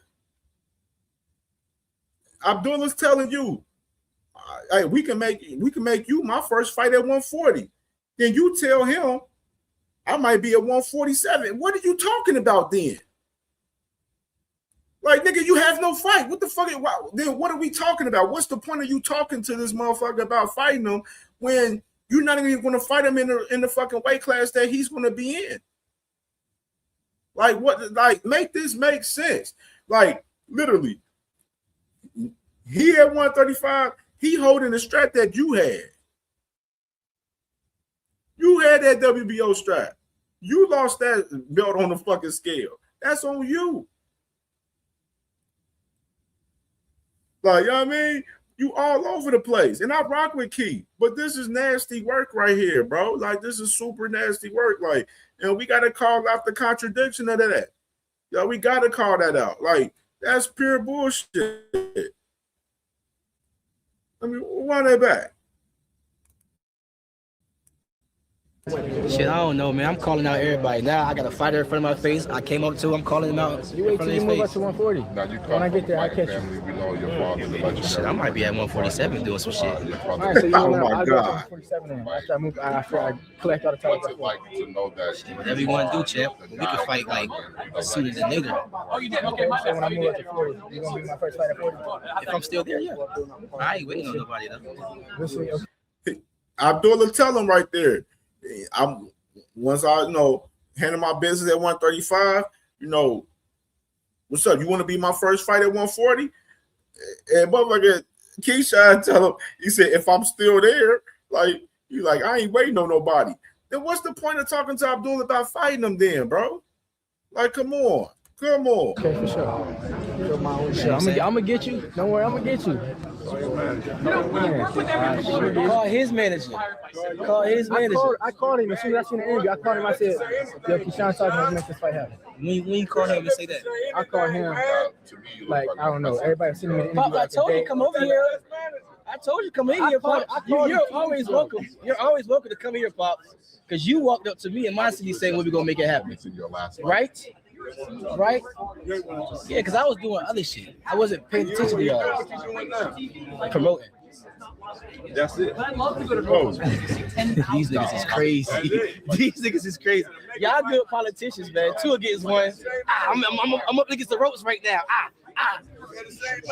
Nah, I know your brother don't want to call. We're gonna make it happen. You did not call no goddamn on Jay Prince and say that. He did not do that. I don't believe that. I just don't believe that. You know what I'm saying? Because I called him too. But actually, I called him. We did this. I'm like, look, what about your young boy? And I ain't gonna say what he said on camera. But he said, no. Eventually. He said eventually. New platform. You know who you remind me of? You start reminding me of Bill Haney. You start reminding me of Bill Haney. That's not a good comparison. Nah, Chad, we'll fight. I want to fight you this year. What does it mean to you? I want to fight you this year. You want to fight me this year? He keeps him on whenever. I want to fight you this year. Can we make it happen this year? Of course. Are we going to make it happen this year? Let's make it happen. I'm pulling teeth trying to get him to fight me. Do y'all see this shit? I'm like, what? Are you wasting your time pulling teeth? Because when y'all had the conversation about the weight, you don't even know what weight class y'all will fight at, Keyshawn. You already said you're going to 147. Abdullah's at 135.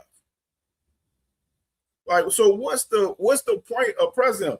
It's pretty much Keyshawn running content, staying in the algorithm. Understandable.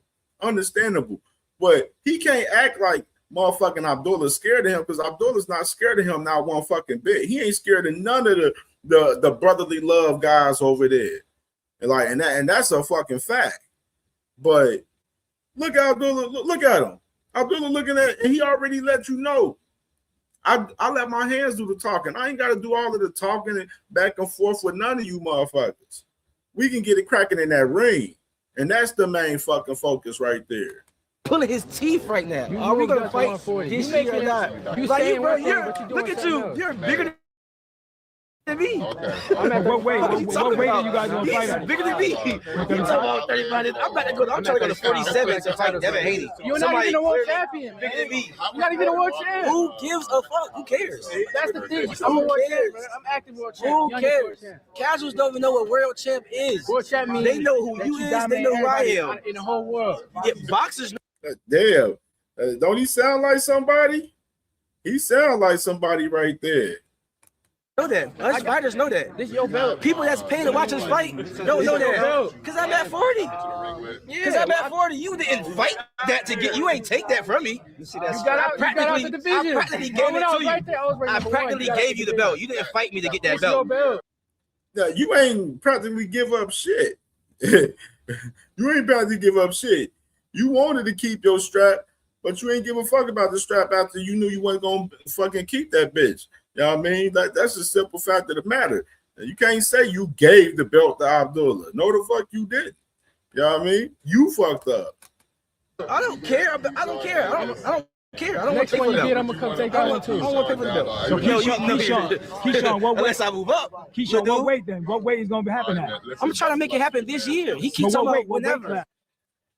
You notice they asked it, what weight y'all gonna fight at? He said, I'm trying to make it happen this year. What weight class, nigga? So what weight class? At 140. You won't go back to 135? They don't make the fights. Call Jay. You want to call Jay right now? I called him. Call Jay right now? Put him on FaceTime. He got me fucked up. Look, I got an Android. Shit getting different. Politics aside, if he commits to stay, Man, you act like Bill Haley, nigga. Would you take that fight? Hell, this nigga got an Android still for. What the fuck? I mean, why not? You gotta make sense. I got an appetite. Y'all gonna be crying. When I knock your son out, from punches he take, I'm gonna knock. Hey Jay. So hold on, Jay. I'm gonna let you know right now. You're not on speaker, but we're in front of these cameras, right? And I'm in front of your fighter. I just had to do it. So can we make the fight happen this year, Jay? Yes, like yes or no? Abdullah, you're a young boy.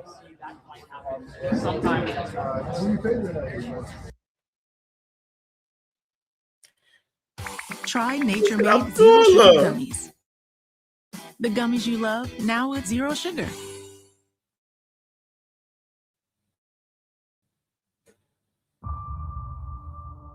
What did you steal? Secrets. All right, okay, good. And then why he ain't put him on speakerphone? That's my thing.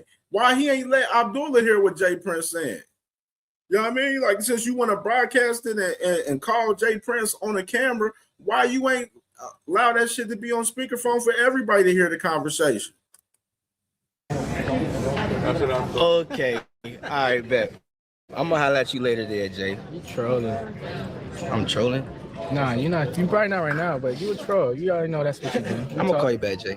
You the best at talking, bro. I beat ass. What you talking about? Yeah, you the best. I really beat ass, and I'm the best at fighting. And I will beat your ass, bro. I will really beat you. I'm knocking out. You gonna be crying. Wait, hold. The whole Mason family gonna be crying. You're gonna be crying. I'm gonna knock him out. I'm gonna knock him out. I'm gonna really knock him out. No cap. What they say? Yeah, shake your head. I will knock you out, boy. No cap. Look, my last 3 opponents never been stopped, never been dropped. I stopped him, I dropped him. He could be the next one. No cap. You're not the only one that You know did what I'm that. saying? You ain't the only one. You know what I'm saying? What are you talking about? You're not doing it to me. I will do it to you. I got your belt, bro. You didn't take. Keyshawn, you can pop all that shit.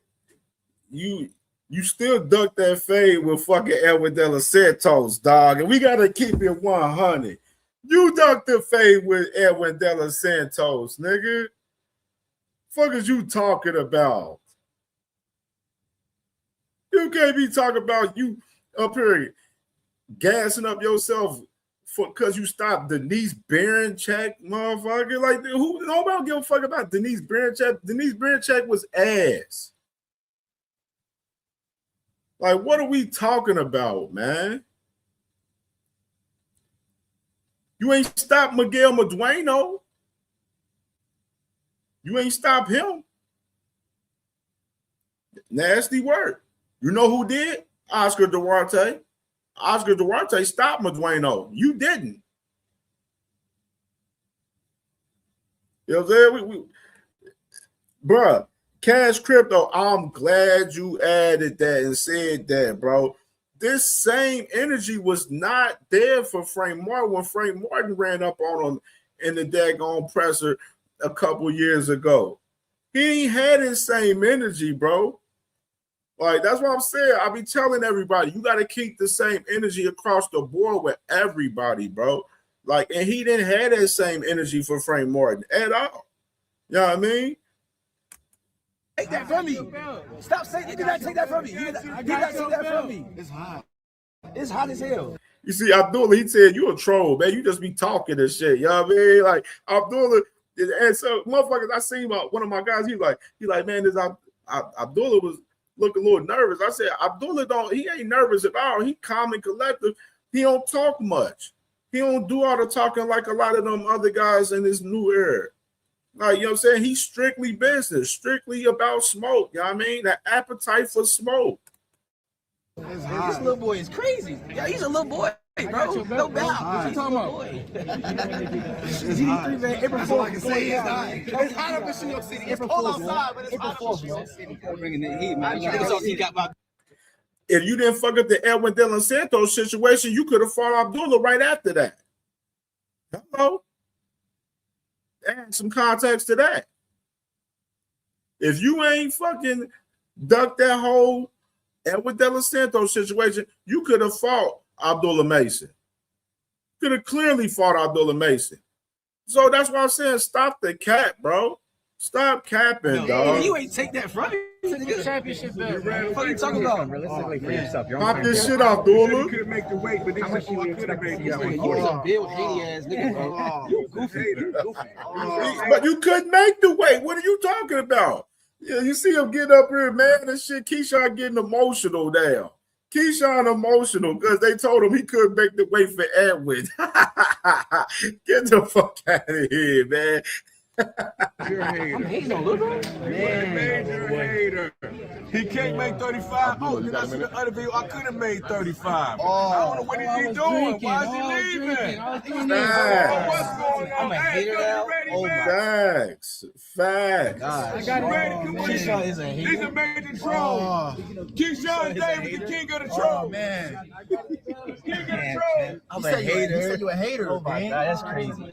That's crazy. I want to take that life out if I was. That's just me. That's just me, though, gang. I wouldn't take. He said. I say, little bro, this year, whenever. Why you keep talking about whatever, my nigga? I'm talking about this What year. intrigues you about that fight with Abdullah? You know. If you don't make 135, how you gonna fight at 135? Crazy. Pops, it's about your son, not you, Pops. It's about your son. All right, bet. What did you say? What intrigues you about Abdullah? Is it more the principle of, shutting him and the team up, or? He's a good dude. You know what I'm saying? He's a good dude at the end of the day, and I think we can make a lot of money off that fight. Realistically, your own timetable, how many fights do we expect at 140 before you make that move to 147? Sure, I would make the move to 147 right now. If I can fight a world champion, so I'm just knowing I'm out here the best, and I'm knowing I can go to 147 and still stop these guys. So I'm just trying to show it, prove it. You mentioned Lewis. That's what I'm saying, bro. Abdullah's at 135 right now. You can't make 135. You just fought for the first time at 140. You know what I'm saying? And you've been talking about, even before the Jermaine Ortiz fight, about fighting at 147. And last week, you even announced that your next fight was going to be at 147. We're going to get into it. Crocker is one of those names at 147. What is it, aside from the title, that intrigues you about him as opposed to maybe some of the other champions? I don't know, man. He's with the zone, honestly. So I think it'll be a fairly easy fight to make, and he's a world champion. Keyshawn, you and Abdullah, two of the most exciting in the sport young fighters right now, and you. All right, man. Nasty work right there, bro. Nasty work, bro. Like, had to show that, bro. And just to add more context to this conversation right here, too, man. Let me play a clip of my boy Abdullah after that little back and forth with him and Keyshawn right here. That was at the press conference, and he had turned and said what he had said to me, and I said, okay, I'm gonna let my hands do the talking, and I still feel that way, I let my hands do the talking, so I don't got too much to say, but when it's time to step in the ring, I'm definitely ready, and I always ready. The last I heard, in that same breath, he said he didn't want to fight me, he wasn't ready to fight me, so I'm open to fighting anybody. So when the time is right, I'm definitely I'll be right there. And right now I'm at 135, and I've been here doing what I'm doing here. So I'm definitely open to fighting anybody though.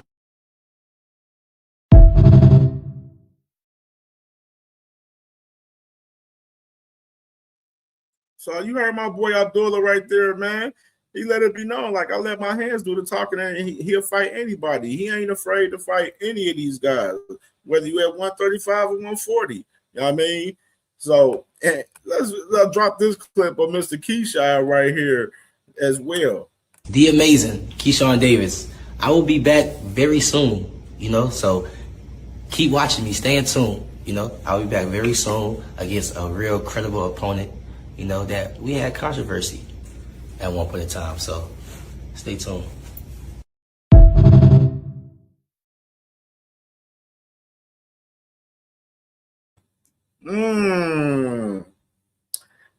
I think I know who that person is. I seen something earlier, and I couldn't. I'm mad I didn't get the screenshot it when I seen it at the time because I had to look at who posted it. But I seen a post on Instagram with somebody mentioning Keyshawn Davis fighting Nair Albright next. That could be true. That could be true right there. We could be seeing Keyshawn Davis fight Nair Albright in a rematch next. And I wonder where the weight is going to be in that fight, whether it's going to be at 140, because we know Nair Albright, he been fighting at 140. You know what I'm saying? He fought Keyshawn at 135 when he fought Keyshawn in 2024, where Keyshawn, he ended up popping dirty for the weed, you know what I mean? Where, even on the Ring Champ show, he said, like, he been smoking weed, throughout this whole entire career damn near. You know what I mean? So we're going to stay tuned to that. I believe it possibly is Nair Albright. You know what I mean? That's what I believe. I believe it's Nair Albright. That's my guess. That's my guess, especially since he said it's somebody that he done had some shit with. We can play it again. Hold on. The amazing Keyshawn Davis. I will be back very soon, so keep watching me, stay in tune. I'll be back very soon against a real credible opponent, that we had controversy at one point in time. So stay tuned.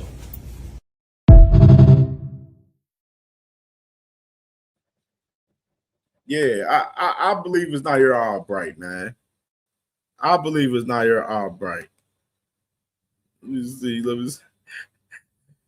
That boy, Tommy J said Abdullah Pops was on his ass. Yeah, he was, bro. Like, as he should. Like, and Keyshawn can't sit there and be like, why is your Pops talking for you and stuff? Like, nah. Pops Mason, he's always going to speak for his sons, regardless. You know what I mean? And Abdullah was talking to you and letting it be known, like, we can fight. You know what I'm saying? If you still at 140, when I move up to 140, we can get it cracking. You know what I mean? And of course, like I said, Keyshawn talking about fighting at 147 now. You know what I mean? Pedraza, you know what I'm saying? He said if Pedraza is one of the three men, then he definitely wasn't the first, the only, the hate. Now, this is the thing. He thought the fight, like he said Tank Davis drained Pedraza. But Pedraza was fighting at 140 before you fought him, Keyshawn.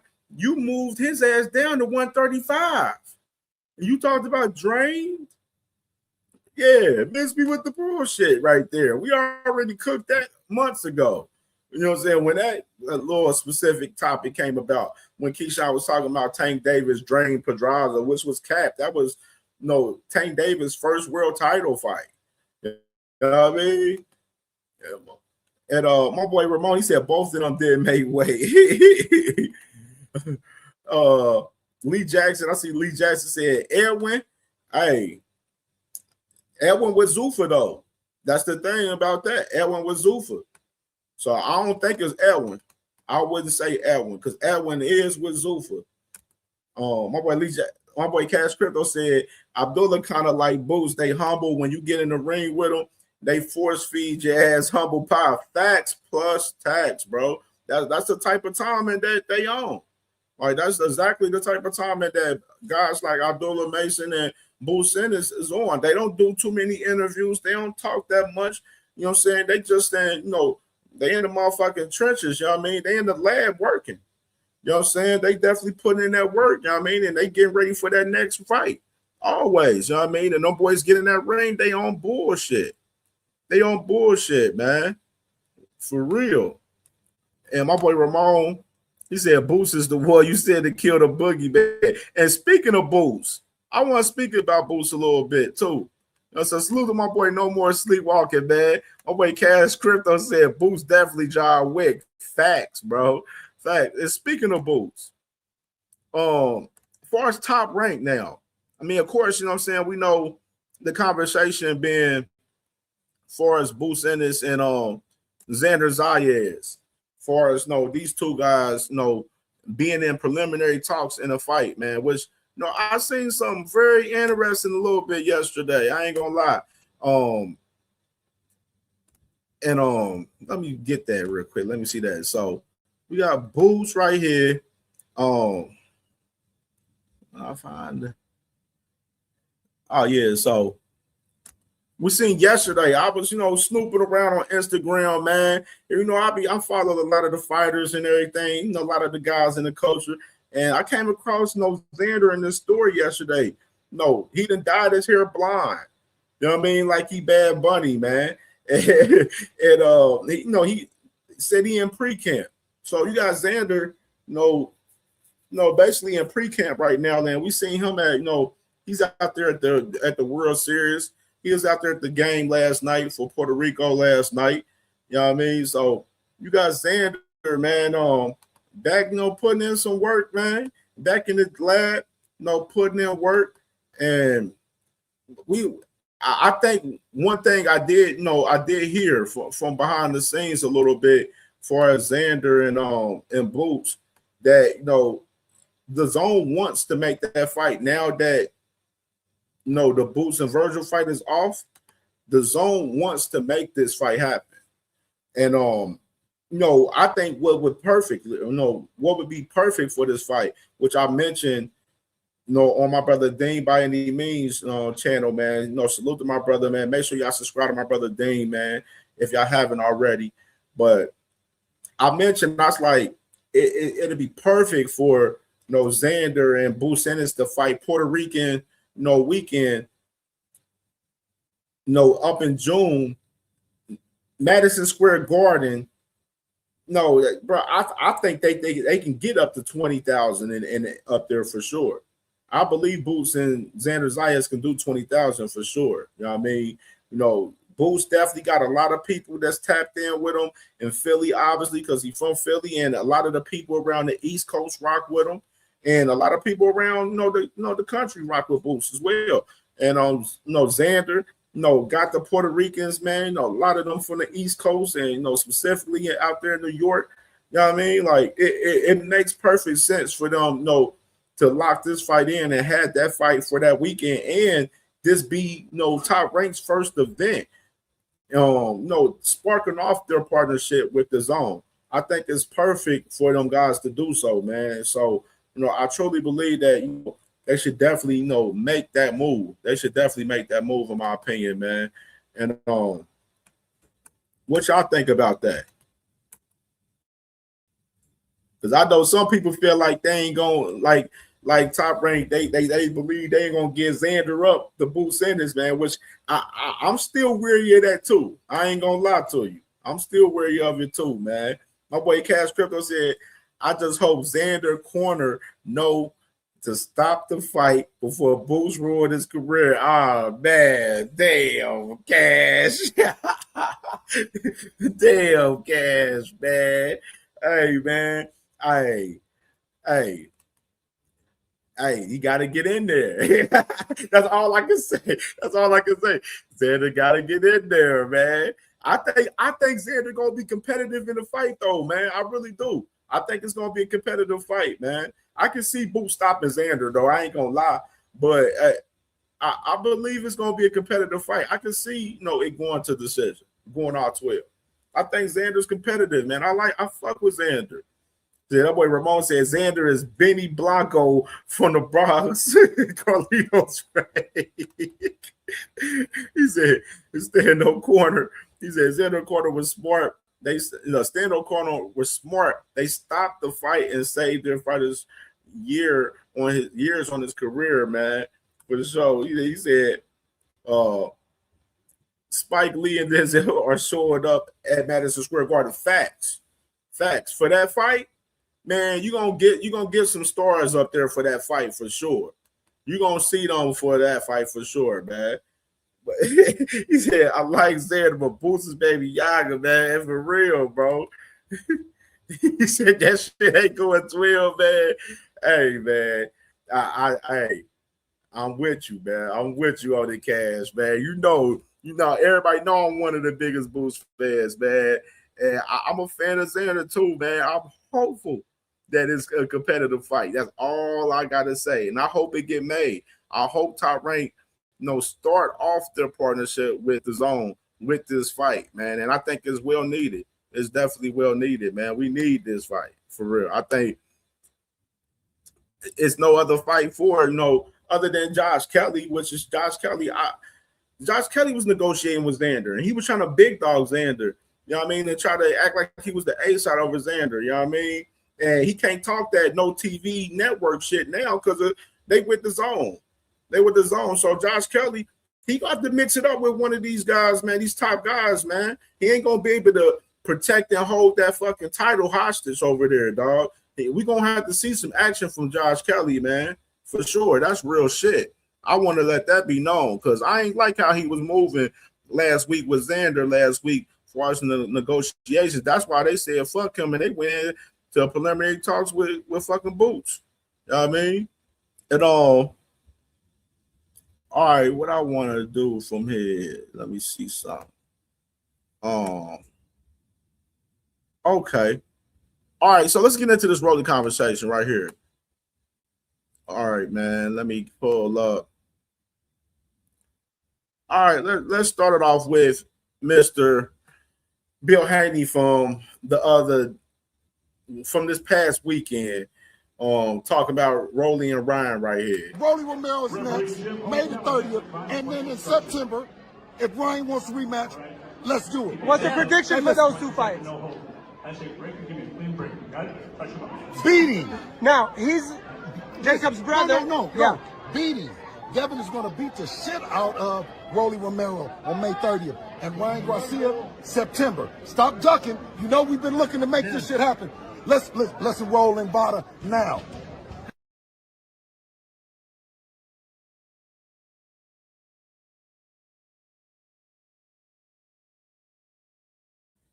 Still that damn Vada talk, man. And we talked about that shit last night, man, where like the testing as far as Ryan and shit, that shouldn't be a conversation anymore, bro. We already, talked about the WBC, boxing clean program. The man, Ryan Garcia, is under that, which they test their fighters yearly round, randomly. You know what I mean? We didn't have that conversation, man. I think it's pretty redundant to have that conversation. But one thing I've been noticing, which I want to ask y'all, do y'all believe that Bill Haney and Devin Haney is overlooking overlooking Rolly Romero for Ryan Garcia right now? Like, that's my question. Like, that's my question right there. Captain Cat, man. Nose Candy Bill, man. Y'all already know. You know what I'm saying? And Two says that every time he's saying roll on Vada, that's code for I don't want the fight. And facts. Like, they don't want to fight Ryan Garcia, man. Like, I believe they is nervous about that fight. And I've been speaking about this on this channel for the past weeks, talking about it even before Ryan Garcia fought Mario Barrios, that these guys are nervous about this damn fight. You know what I mean? And they better be paying attention to Rolly. And then my question is still, too, why haven't they signed the contract with Rolly Romero yet? Rolly Romero's still waiting. He's still waiting. And then even to mention, like J-Man says, Ryan had 2 fights since the fight, and he haven't dropped 30. And I seen Haney fans on Twitter out there. They was like, where's Ryan test results for the Barrios fight and everything? Well, where's Devin's test results for the Brian Norman Jr. fight? Because we ain't see Devin's test results after the Brian Norman Jr. fight. Devin Haney's supposed to be on 365 testing, and we don't even see a lot of his results for him to be getting tested year round, since he's the only fighter in the world under 365 testing. So let's make this make sense. If we're not seeing all of Devin Haney testing, why are y'all crying about other fighters testing? Like, make this make sense. Like, we got to read the room in this shit, for real. Like, like for real, bro. Gasgado said they trying to wait Ryan out, hoping he fall off because he undisciplined. That's a fact too. That is a fact. They definitely trying to catch Ryan off his game too. On top of that, you know what I'm saying? They trying to see if they can see any advantages in making a fight with Ryan Garcia too. That's another thing. But they seeing him now. That's why they like, oh, he looked like he popped dirty. Him, Devin and Shakur, both of them definitely said they think Ryan was on the juice for the Barrios fight. You know what I mean? And they definitely still believe that. They said K2 said they not making that mistake again. Facts.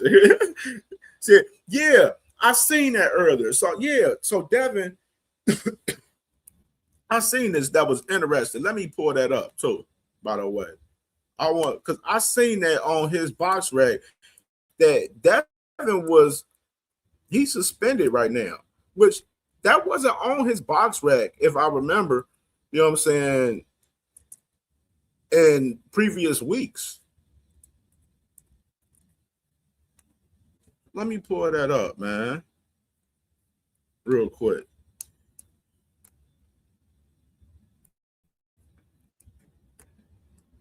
All right, so let me pull that John up real quick. All right.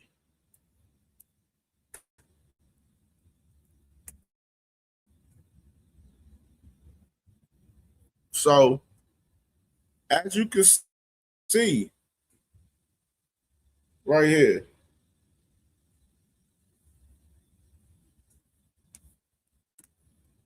showing.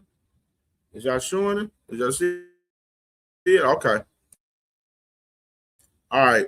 As you can see, they got Devin suspended by the New York State Athletic Commission until April 30th of 2026. So this is definitely new right here. And I'm wondering why, they put this on him, because in recent time, man, he didn't have this on his box rack. You know what I mean? So I'm definitely wondering why, sis, why they definitely put that on him. And then on top of that, trying to think, Devin Haney's last fight was in suspended right now. That's a real big, interesting question right there.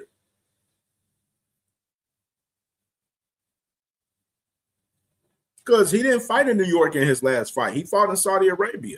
He fought Brian Norman out there. So why is he suspended by the New York State Athletic Commission for a month, pretty much?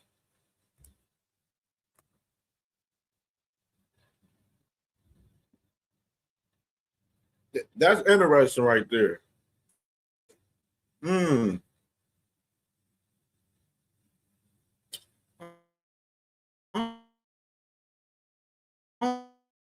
don't know.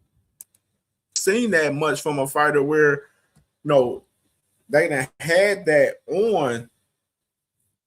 They done had that on a fighter for us. No, they usually do that right after the fight. They always suspend the fighter, after the fight, for a certain amount of time, depending on how bad, they was in the fight. But it's real interesting though. It's real interesting. I haven't seen that like that. You know what I mean? My boy Cash said automatic suspension when the test come back hot. I think this is a loophole suspension.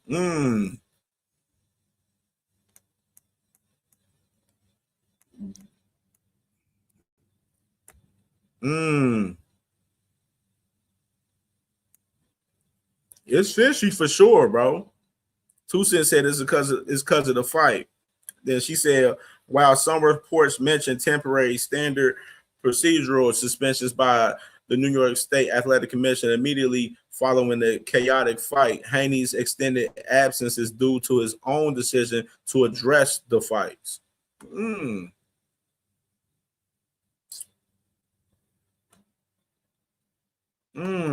That's different. The Cash said everyone don't get suspended after fights. That's gotta take the ass whoopings. Yeah, facts. Yeah, like Ryan, he got that under him right now. You know what I'm saying? He got the suspension mark on him right now, of course. Probably due to his hand, obviously. You know what I mean? But this different right here. My boy Rainbow Boxing Podcast, my cousin, man, was popping because he said, yeah, I seen that with Dev. I seen something similar with Janabek. Yeah, Janabek suspended because of the, you know what I'm saying? He popped 30, though. That's why he's suspended. He's suspended for a whole year. And he got his IBF stripped the other day. You know what I mean? Salute the cuz. Make sure y'all subscribe to Cuzzo, man, for sure, man. Definitely going to be on Saturday on the Best from Ohio Boxing Roundtable show, man, for sure, you heard. That says 2 Cents said, never mind, that's from the Ryan fight. Thought that was from the brawl. Okay, yeah.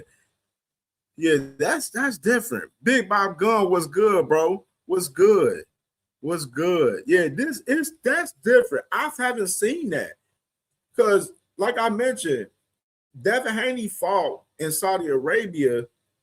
When was that? I think that was in, November? That was in November, I believe.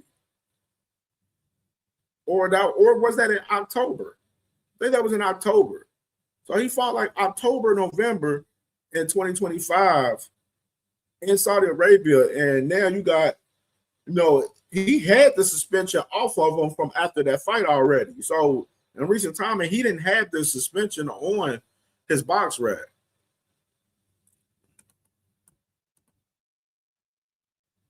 Cash Crypto said Marty made a video on it, and he know things operate. So to me, this shit is suspect as hell. It's definitely suspect on it, for real. It's definitely suspect. It is suspect, man. I'm gonna have to do some research on why is that right there. But I want to play this too right here. This is Roy Jones right here, man, talking about the fight, man. Talk about Devin Haney and Rolly Romero right here, man. So I definitely wanted to play this because he had an interesting perspective for us this fight with Devin and Rolly right here. 50-50 is can Rolly catch Devin? Because if Rolly can't catch, it's just like the Ryan fight was. If Rolly can't catch Devin, Devin can whitewash him. But if he catch Devin early and hurt Devin, it can become a 50-50 fight. You understand me? I told people the same thing when he fought Ryan. I told the guys, I said, you gotta look at it like this. Rolly is a lot lesser version, but he's a knockoff version of Preston Nassim Ahmed. If he hit you, you're gonna know you've been hit because he got unusual punching power. They were like, nah, that's a real watered down version. Yeah, it's a watered down version, but it ain't as watered down as y'all think it is. Because when you get in that ring, and you feel that thing with your chin, it's a different thing.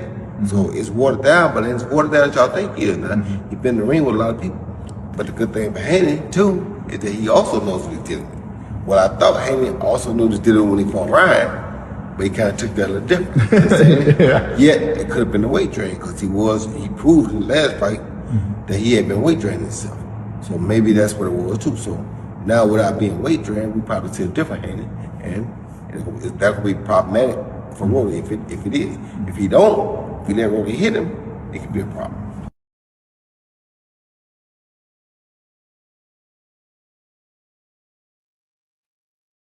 Oh, yeah, what y'all think of that right there, man? From Mr.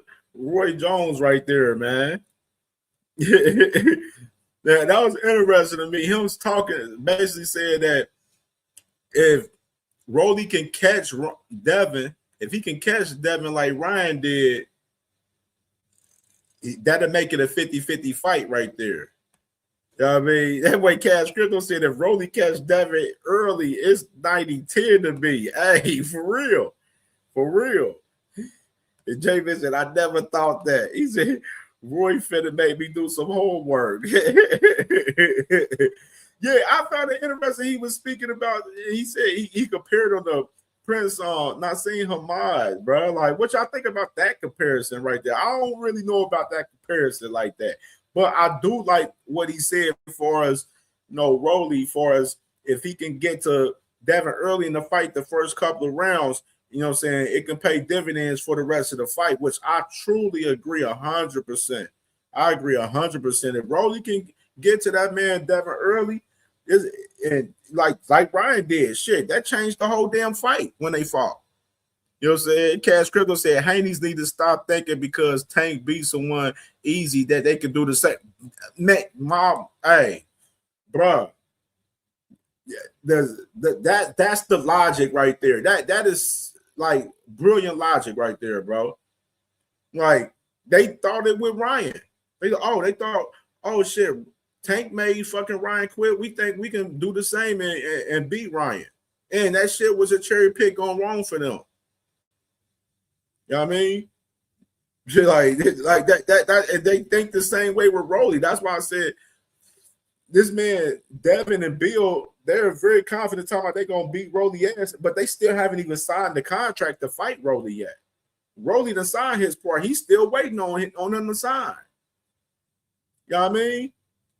Like that, like them boys, like them niggas is not, y'all not Tank. Like, that's why I be trying to tell y'all, and then y'all be talking like shit when I refer to Tank when it comes to that shit. Like, a lot of these guys, Devin, Shakur, Keyshawn, all these guys, they want to be Tank Davis. They want to be in that spot.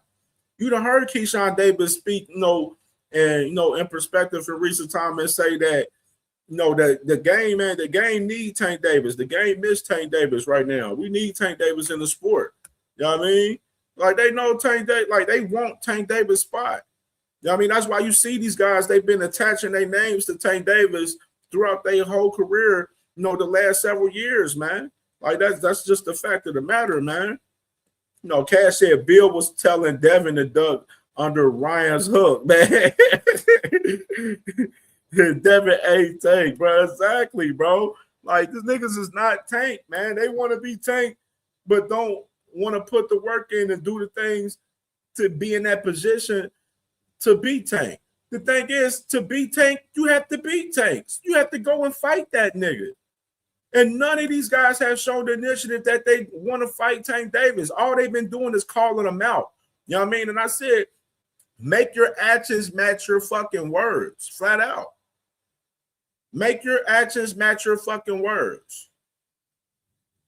J-Man said facts. And that sparring, you can see Rolly can touch Devin. No headgear, 8 ounces. That's a hell of a scrap. That's a fact right there, bro.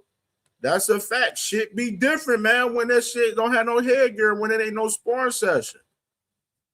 You know what I mean? But he said, they look up the Tank. He the big bro to them. That's a fact. That's facts plus tax right there. Ramon said that Haney's aggravated Brian Jr.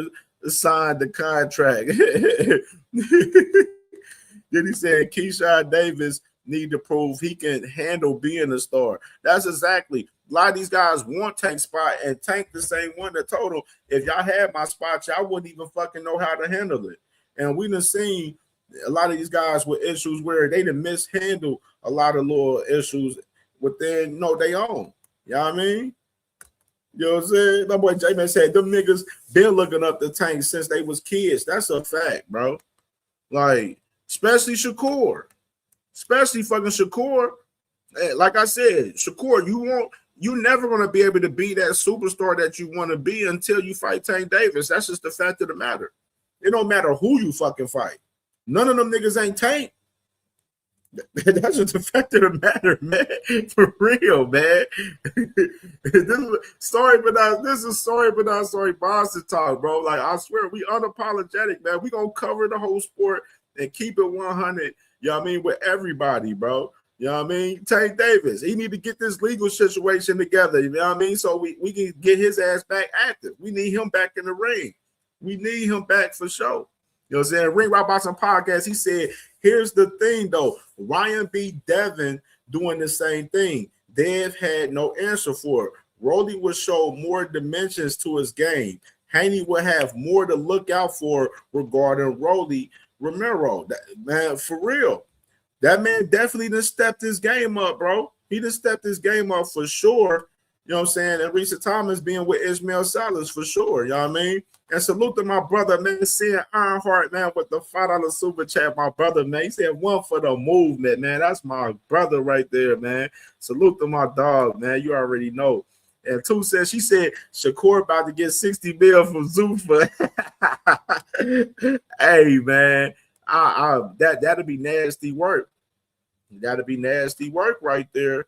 You know what I mean? And I wanted to show this right here. Take a look at this right here, y'all. Now, y'all let me know. Look at this picture. Devin Haney posted this picture yesterday on his IG right here, man. And y'all let me know how Dev look in this picture, man. Y'all let me know. Look how, bro, look in this picture right here. He look brolic in this motherfucker, bro. Snack pack activated right here. Super snack pack right there.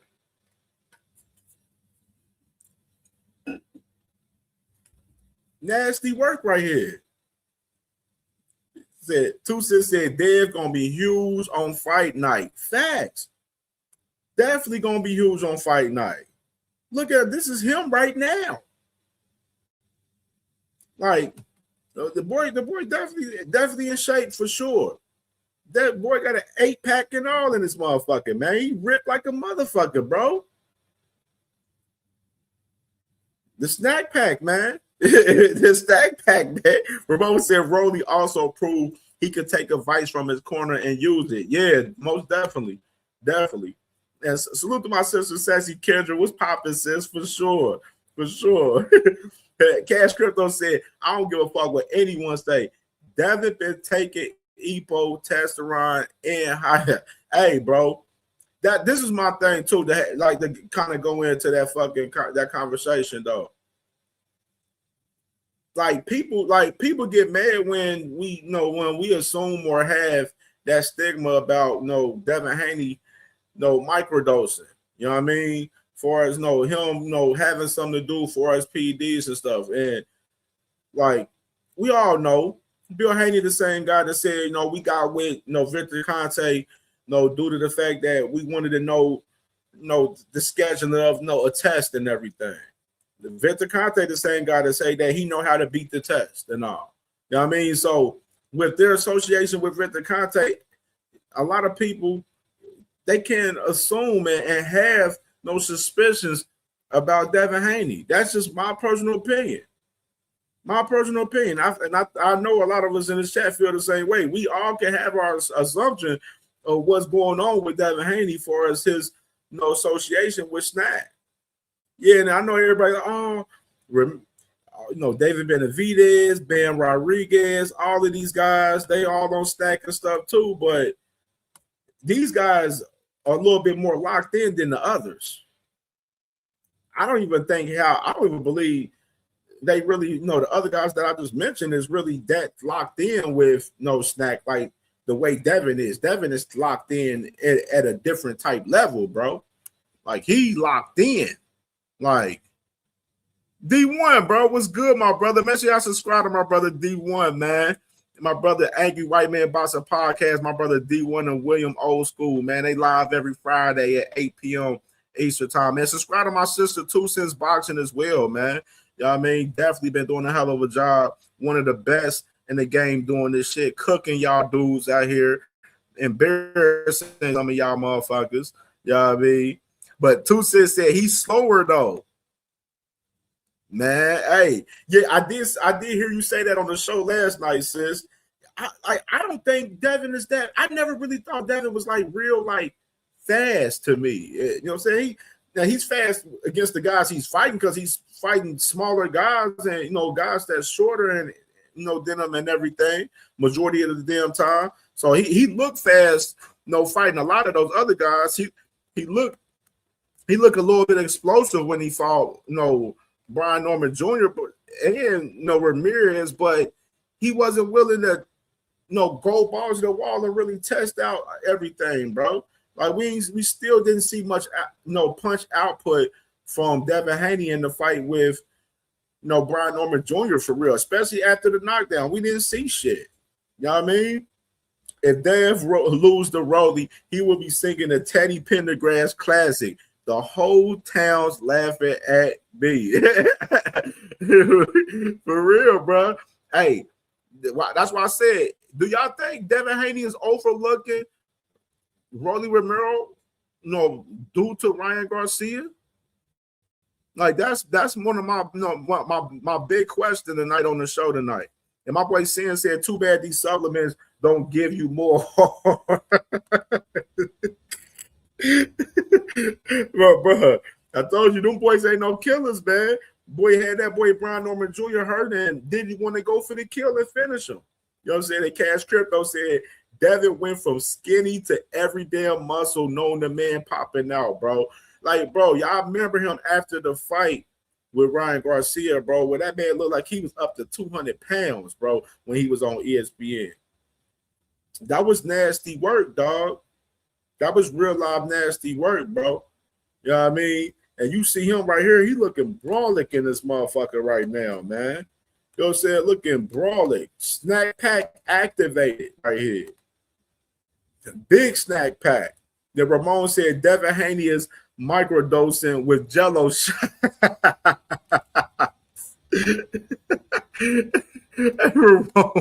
Hey, Ramon cutting up the night. D was said locked in with Snack, man. For real, he tapped in, man. And my boy Blaze, man. Salute to my brother Blaze, man. Make sure y'all subscribe to my brother Blaze over there too, man. You know what I mean? Ramon said exactly. It's different degree of Snack right there. And Tuesday said exactly, and now he's slower. Yeah, man. I that's why I've never really been high on him being like real fast, like like that. That's just me personally. You know what I mean? Like that's me personally. I ain't see it like that from Devin. You know what I'm saying? And you see Ryan hands. Ryan, that boy was smoking and drinking. You know what I mean? He's smoking Haney pack, drinking tequila. Wasn't even, wasn't even really taking fucking Devin Haney serious in that fight. Wasn't 100%. That Ryan that fought fucking Mario Barr scared the shit out of Devin Haney. Definitely did. Definitely did. What said that boy panicked, bro. The D was said that he had Brian Norman hurt and didn't know what the fuck to do. Just started kicking and screaming like he was drowning, bro. The Haney blueprint, man. Drag, grab, and move, man. That's the blueprint. Jab, grab, and move. And you seen it with, Sean Haney fighting the old boy the other day. You know what I mean? Jab, grab, and move. And he lost that fight too to me, for real. You know what I mean? By the way, I thought he lost that fight. That shit could have been a draw, for real. Ramon said Devin Haney killer instinct lasted 3 seconds against Brian Norman Jr. But shit, it was never there because Devin's not no killer. He couldn't stop Regis. He had Regis hurt. Couldn't stop Regis. Like, wasn't willing to go and stop Regis. You know what I mean? Sassy Kendra said, yep, I got Rolly stopping Devin. Ooh-wee. Ooh-wee, sis. I like the energy, man. I like it, man. It's a lot of people out there that believe Rolly can beat Devin, though, man. That's why I say I think it's a 50. I say it's like I'm leaning like 55-45 Dev, man, right now. You know what I'm saying? Now I'm leaning that way a little bit, but a lot of people believe Rolly can beat Devin, man. Hey, I see a path to where he definitely can beat Devin as well. I definitely do. That's why I said Devin better lock in and be focused on Rolly. He worried about the wrong shit, asking Ryan Garcia about testing for VADA now when nigga y'all haven't even talked with anybody or started negotiations for the fucking fight. For one, let's start there. Bill Haney, the same guy that said on the interview that we played and reacted to last night, and said that they haven't had any discussions about Ryan. Said when they posted that September 5th date, that's them just pushing for them to fight Ryan in September. Allegiant Stadium, all of that shit was capped. It was not even tapped in or locked in at all. And D1 says style makes fights. It don't matter what happened in any fight unless they fight alike, bro. Facts, bro. Facts plus tax, bro. For real. For real. D1, he said he microdosed it like holy macro. That kid's old juice, bro. You see him, bro. That boy look crazy. He looked crazy, man. He looked crazy, dog. No cap, man. No cap, bro. For real. Like he looked big as hell. D1 said you don't just all of a sudden turn into a fucking championship weightlifting model overnight. He was built like a fucking bike tube now. He's Lex. Fuck out of here, bro. Hey, for real, bro. That boy, man, bro. That's why I said, man, let me post this picture for the show, man. Cause I know y'all gonna look at him and be like, man, this dude looking brolic in this shit, bro.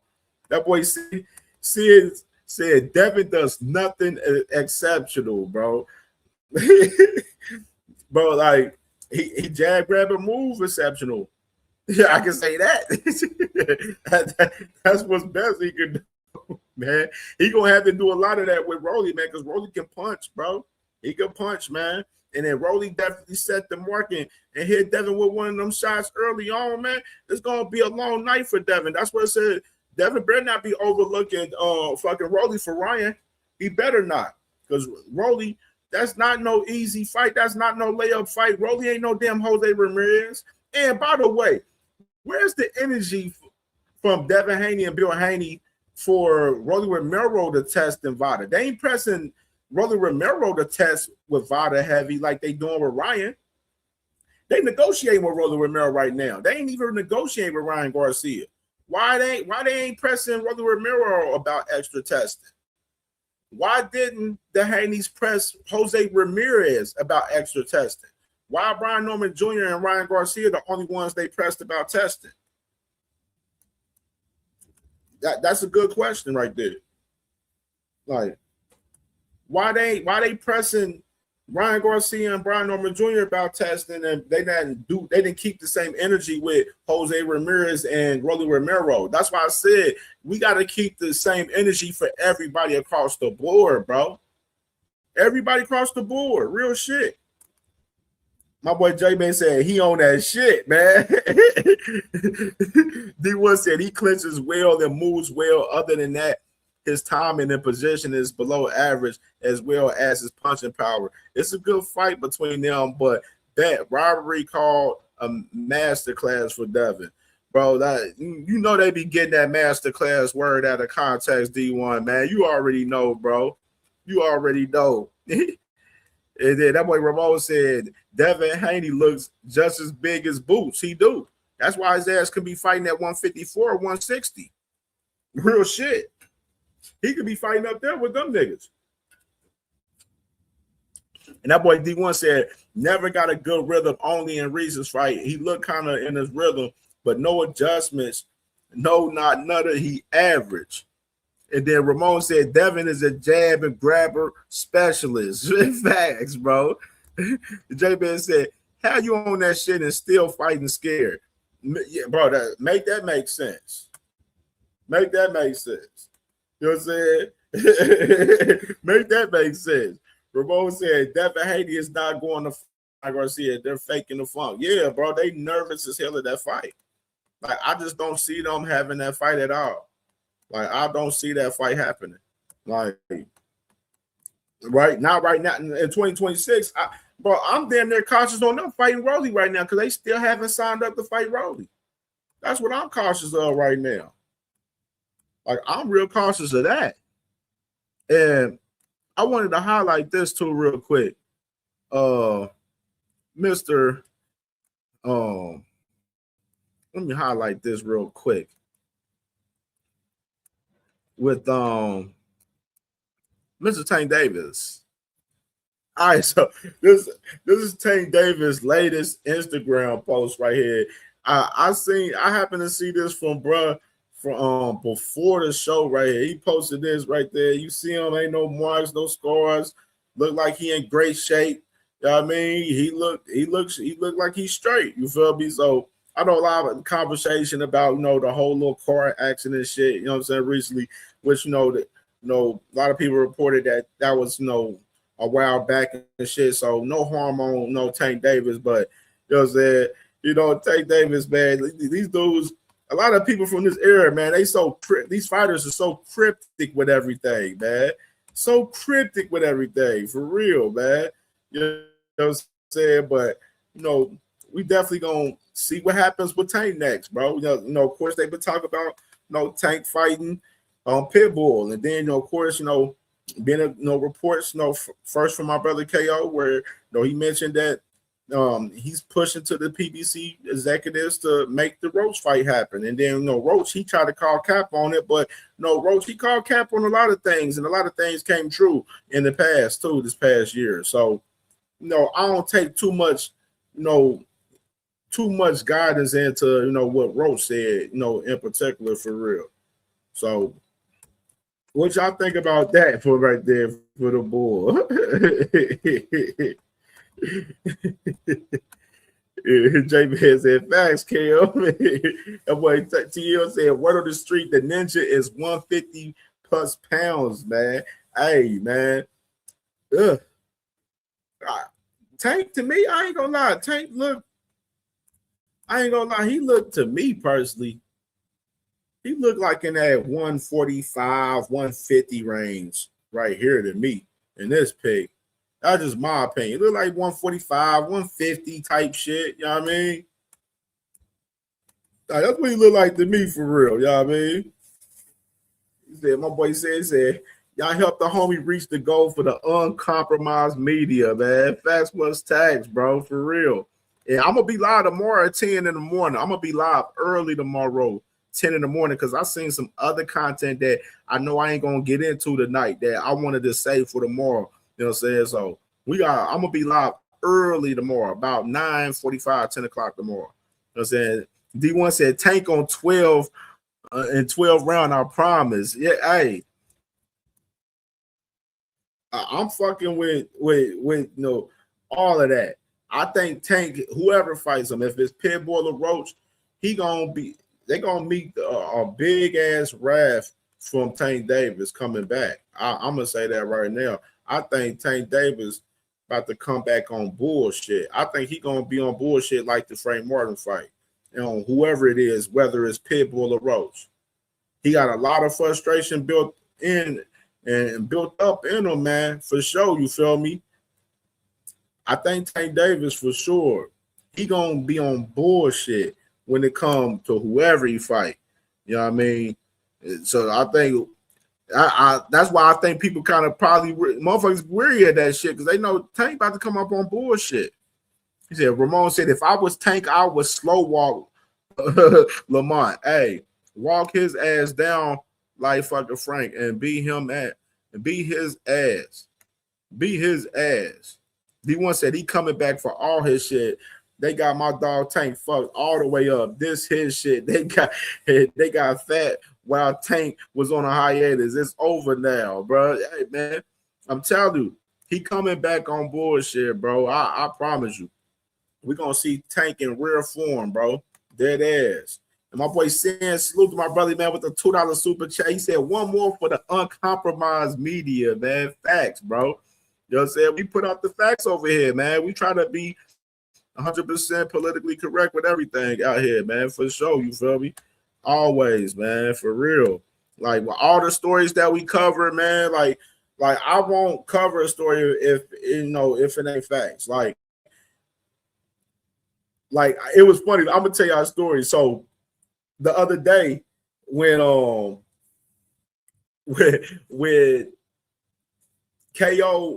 dropped this video about Tank going with the PBC executives, and pound for pound on Twitter, he posted the tweet about it and everything. So I posted the tweet on my Twitter, right? And then Kenneth Bohiri from PBC director, that's my guy. Of course, go back and look at our interview that we had, saying a couple weeks ago. That he hit me up ASAP soon as I posted that shit. ASAP. And he was like, man, Cam, man, what's this right here? I'm like, hey, all I can tell you, my brother KO, he dropped a video on speaking about it, and pound for pound, he got that information from KO, and he dropped that information on, on Twitter. You know what I'm saying? So I said, now I told him for us KO, he got a close source to Tank. You know what I mean? So I don't know, but you know how I feel about it. As far as it, of course, I tried to tell Kenneth, like, nothing's official until you guys announce it or Tank Davis announce it. We all know that for sure. You know what I mean? But Kenneth was definitely like, he texted me ASAP as soon as he see that. He was like, man, it's crazy people be putting out this content. I was like, yeah, man, but Kenneth got to understand, like, the content, whether y'all confirm it or not, people's going to talk about this shit. You know what I'm saying? For sure. They're going to talk about tanking, any capacity. You know what I mean? That's always going to happen for sure, man. So, like, you know what I'm saying? That was a funny conversation right there with my boy Kenneth Boheri, man, because he hit me up ASAP the other day when I posted that shit. I was like, damn, that was quick. For sure, man. And Kenneth, he hit me up when he sees certain little stuff, like, he hits me up and we be having conversation about that shit, man, for sure. You know what I mean? That's my guy, man. Salute to my brother Kenneth Boheri, man. PBC director, man, for sure, man. And he gonna be back on the channel very soon, too. Very soon. You know what I mean? We're gonna have Kenneth back on very soon when some of these other fights get announced under PBC coming up, man. And salute to my brother D1. He said, Cam, for real, you be on top of this boxing shit, bro. You doing a better job than great job, bro. For real, man. Like, that's my thing. Like, I know with a lot of the content out there in boxing, like, I see everything because I'm everywhere. I'm on Twitter. I'm on, Instagram. I'm on YouTube. I'm on, Threads. I'm on TikTok. I'm everywhere. You know what I mean? And I try to stay, definitely, 100 with everything. You feel me? Like, far as like all the content. You know what I mean? That's why when that story broke yesterday about Jamal Charlo, when Ring Magazine put that shit out with Jamal Charlo fighting Resendez, and then they dropped them out of the shit. Why did they air that shit out? Like, and I truly believe they did that shit with Jamal Charlo yesterday on purpose, man, for real. Like, I think they did that to make PBC look bad yesterday, in my opinion. You know what I mean? Like, that was nasty work. Because if y'all knew behind the scenes that Jamal wasn't going to fight, if he wasn't going to fight Armando Resendez, then why announce it? Why? And then the Ring Magazine, this isn't your event. This is PBC event. Allow PBC to announce it if they want. You know what I'm saying? If they want that information to be out there. You know what I mean? I think that's a part of the journalism for us media that we kind of like we hate, for real. You know what I mean? Like Kenneth, like Kenneth, me and him have conversations about that. Me and Kenneth Boheri. You know what I mean? Where we had conversations about media, how a lot of media be, rushing to put out content. You know what I mean? And, shit, a lot of the shit, we don't know if this shit is true or false yet. You know what I mean? Unless, the parties announce it. You know what I mean? You know what I'm saying? And salute to my boy, and salute to my brother D1, man. Because my brother D1, like, I appreciate you. I got to tell you that. You know what I'm saying? Live and direct. You know what I'm saying? I appreciate my brother D1, man. All the work he put in on the game. You know what I'm saying? We both learning off of each other from a lot of things. You know what I'm saying? We both talk behind the scenes daily about content and everything. You know what I'm saying? So, salute to my brother D1, like one of the realest content creators that I fuck with out here. You know what I'm saying? And there's not many of them. You know what I mean? That I can say that for sure. Like, for sure, real shit. You know what I'm saying? Ramon said, Tank said he want his part of every nickel sold in the park. The Sexy Kendra, she said, KMJ D1 KO needs someone with the channel to come over. He got death in the family. What?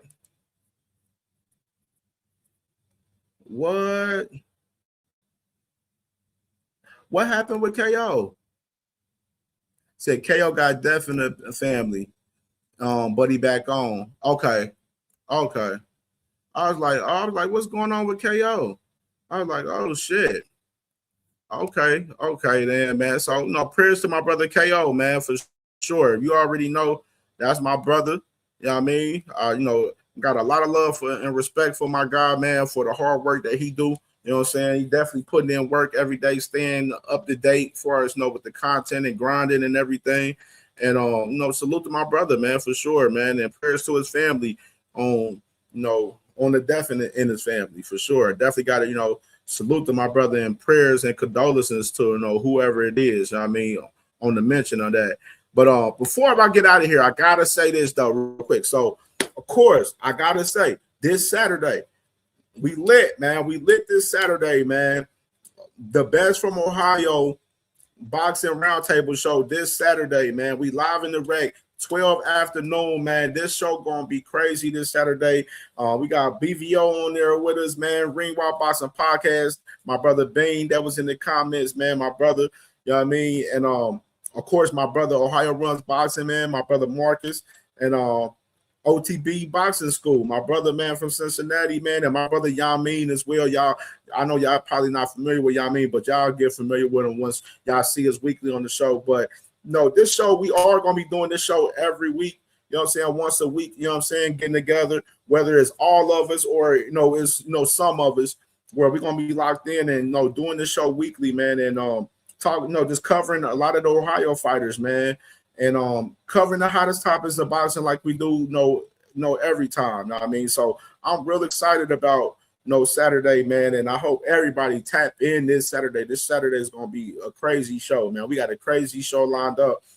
This brand that we have is going to be a lot different. You're going to be seeing a lot of interviews from us, from fighters from Ohio and everything. I mean, from the amateurs and the pros. So we got a lot of plans for this brand right here, man. And we gonna be lit Saturday, man. I can't wait. I absolutely can't wait Saturday. Yeah, bro. We lit Saturday, bro. I can't wait. I'm excited for it. I'm ready. I want the fucking week to fast forward to Saturday for real shit. You know what I'm saying? And I'm gonna do a show tomorrow at 10 o'clock tomorrow in the morning. You know what I mean? So I can't wait, bro. This shit is gonna be lit. We're gonna have, it's gonna be a lit conversation. You're gonna see some debates in this because all of us, you know what I'm saying, on this show, we all got different opinions on certain fighters and certain situations in boxing and everything. So you're going to see some lit conversation from the panel, from this round table, from all of us. I mean, it's going to be lit, man. So, like, even adding, I talked about Toledo Trice, man, a.k.a. Michigan Trice. You know what I'm saying? He's going to be on the show, too, man. So, it's going to be fun Saturday. I can't wait, man. I really can't wait for that shit, man, for real. And we live tomorrow, man. So, just a reminder, we will be live tomorrow at, I say about, all right, I'm gonna go earlier tomorrow. I'm gonna make sure I have this content all the way together for tomorrow show in the morning. I'm gonna say about 9:30 tomorrow.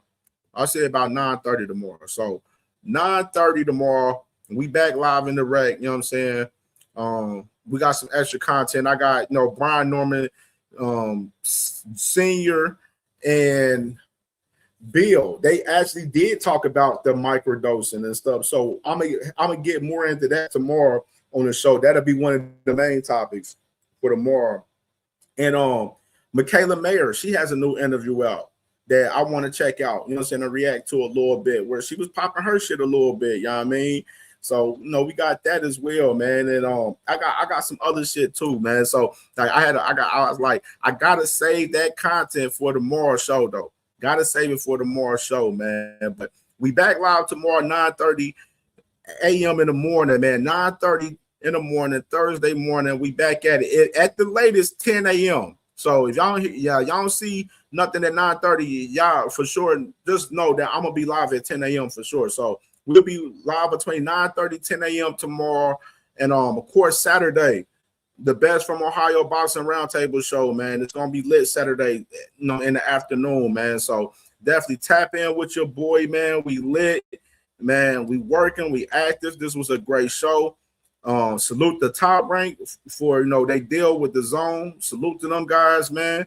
And salute to Abdullah Mason, man, for standing firm and standing on business, man. And salute to all the fighters in the world that's grinding and putting that pain out there, man. And we're gonna be looking forward to some of these fights this weekend that's going on with Carlos Adames and Mo Williams. We're gonna get into more conversation about this fight more in depth tomorrow's show as well, along with Lester Martinez and Emmanuel Alim. So we're gonna be getting into it, man. We lit, man.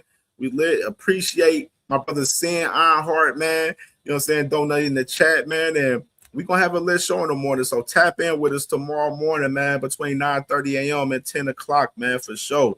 We out of here. Salute.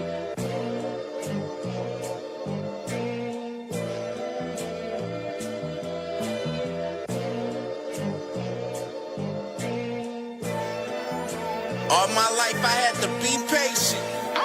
Like Meek Millie, I was dream chasing. Finger to the law when I see haters. Oh, the feeling when you tell your niggas we made it. Ooh, baby. Ooh, baby. Ooh, baby. Ooh, baby. It's showtime like Kareem Lakers. I make a masterpiece, scene basic. No Meek Millie, but I'm dream chasing. Took the shortcut like Anita Baker. I want the bright lights that you see in Vegas. I need a big house with like 3 basements. Drop an M on the whip, think I'm speed racing. Don't know if it's the Transformer or the Green Ranger. My nigga Mac got the beat banging. Young nigga selling crack as a teenager. Had fiends playing baseball out here free basing. Had me showing off the rings like a Freemason. My mama gone, but I keep pacing. Trying to Hold on. Stop the presses. Let's stop the presses.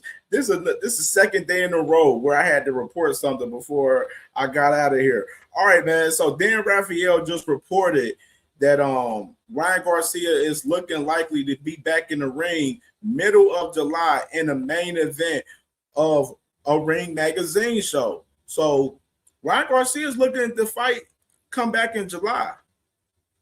And that's very intriguing right there for us, Devin Haney situation. You know what I'm saying? Like I said, I'd rather Devin Haney go for Ryan. And I don't see what's more than another month and a half for Devin Haney to fight Ryan Garcia.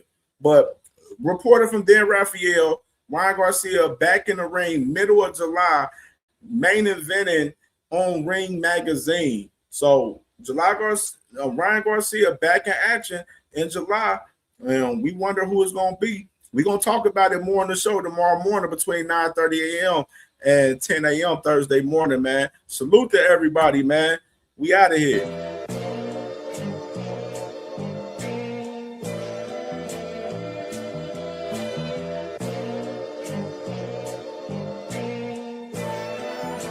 all my life I had to be patient. Like Meek Millie, I was dream chasing. Finger to the law when I see haters. Oh, the feeling when you tell your niggas we made it. Ooh, baby. Ooh, baby. Ooh, baby. Ooh, baby. It's showtime like Kareem Lakers. I make a masterpiece, scene basic. No Meek Millie, but I'm dream chasing. Took the shortcut like Anita Baker. I want the bright lights that you see in Vegas.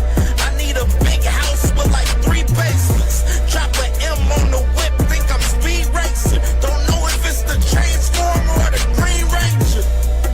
My nigga Mac got the beat banging. Young nigga selling crack as a teenager. Had fiends playing baseball out here free basing. Had me showing off the rings like a Freemason. My mama gone, but I keep pacing. Trying to keep it all together like I need braces. Family calling when they need favors. When I was broke, they was acting like complete strangers. All my life I had to be patient. Like Meek Millie, I was dream chasing. Finger to the law when I see haters. Oh, the feeling when you tell your niggas we made it. Ooh, baby. Ooh, baby. Ooh, baby. Ooh, baby. Rest in peace, the Nippy was the street savior. Got my credit right now, I need acres. Gotta turn your dirty money into clean paper. Trying to own a franchise without a key player. I go through hoes like I weave laces. Tree blazers, let they mama noodles be flavored. Meat takers that be acting like the D sacred. You bust in, you would think they on their knees praying. Then I slide like a screensaver. When I'm done, make some scrambled eggs, cheese bacon. Then it's on to the next, I ain't a speed dater. Little bitch ain't gon' hear from me till weeks later. I don't see no things changing. Kids still dodging bullets like they seen Matrix. These young niggas really need saving, but OGs won't teach them that the street's dangerous. All my life I had to be patient. Like Meek Millie, I was dream chasing. Finger to the law when I see haters. Oh, the feeling when you tell your niggas we made it.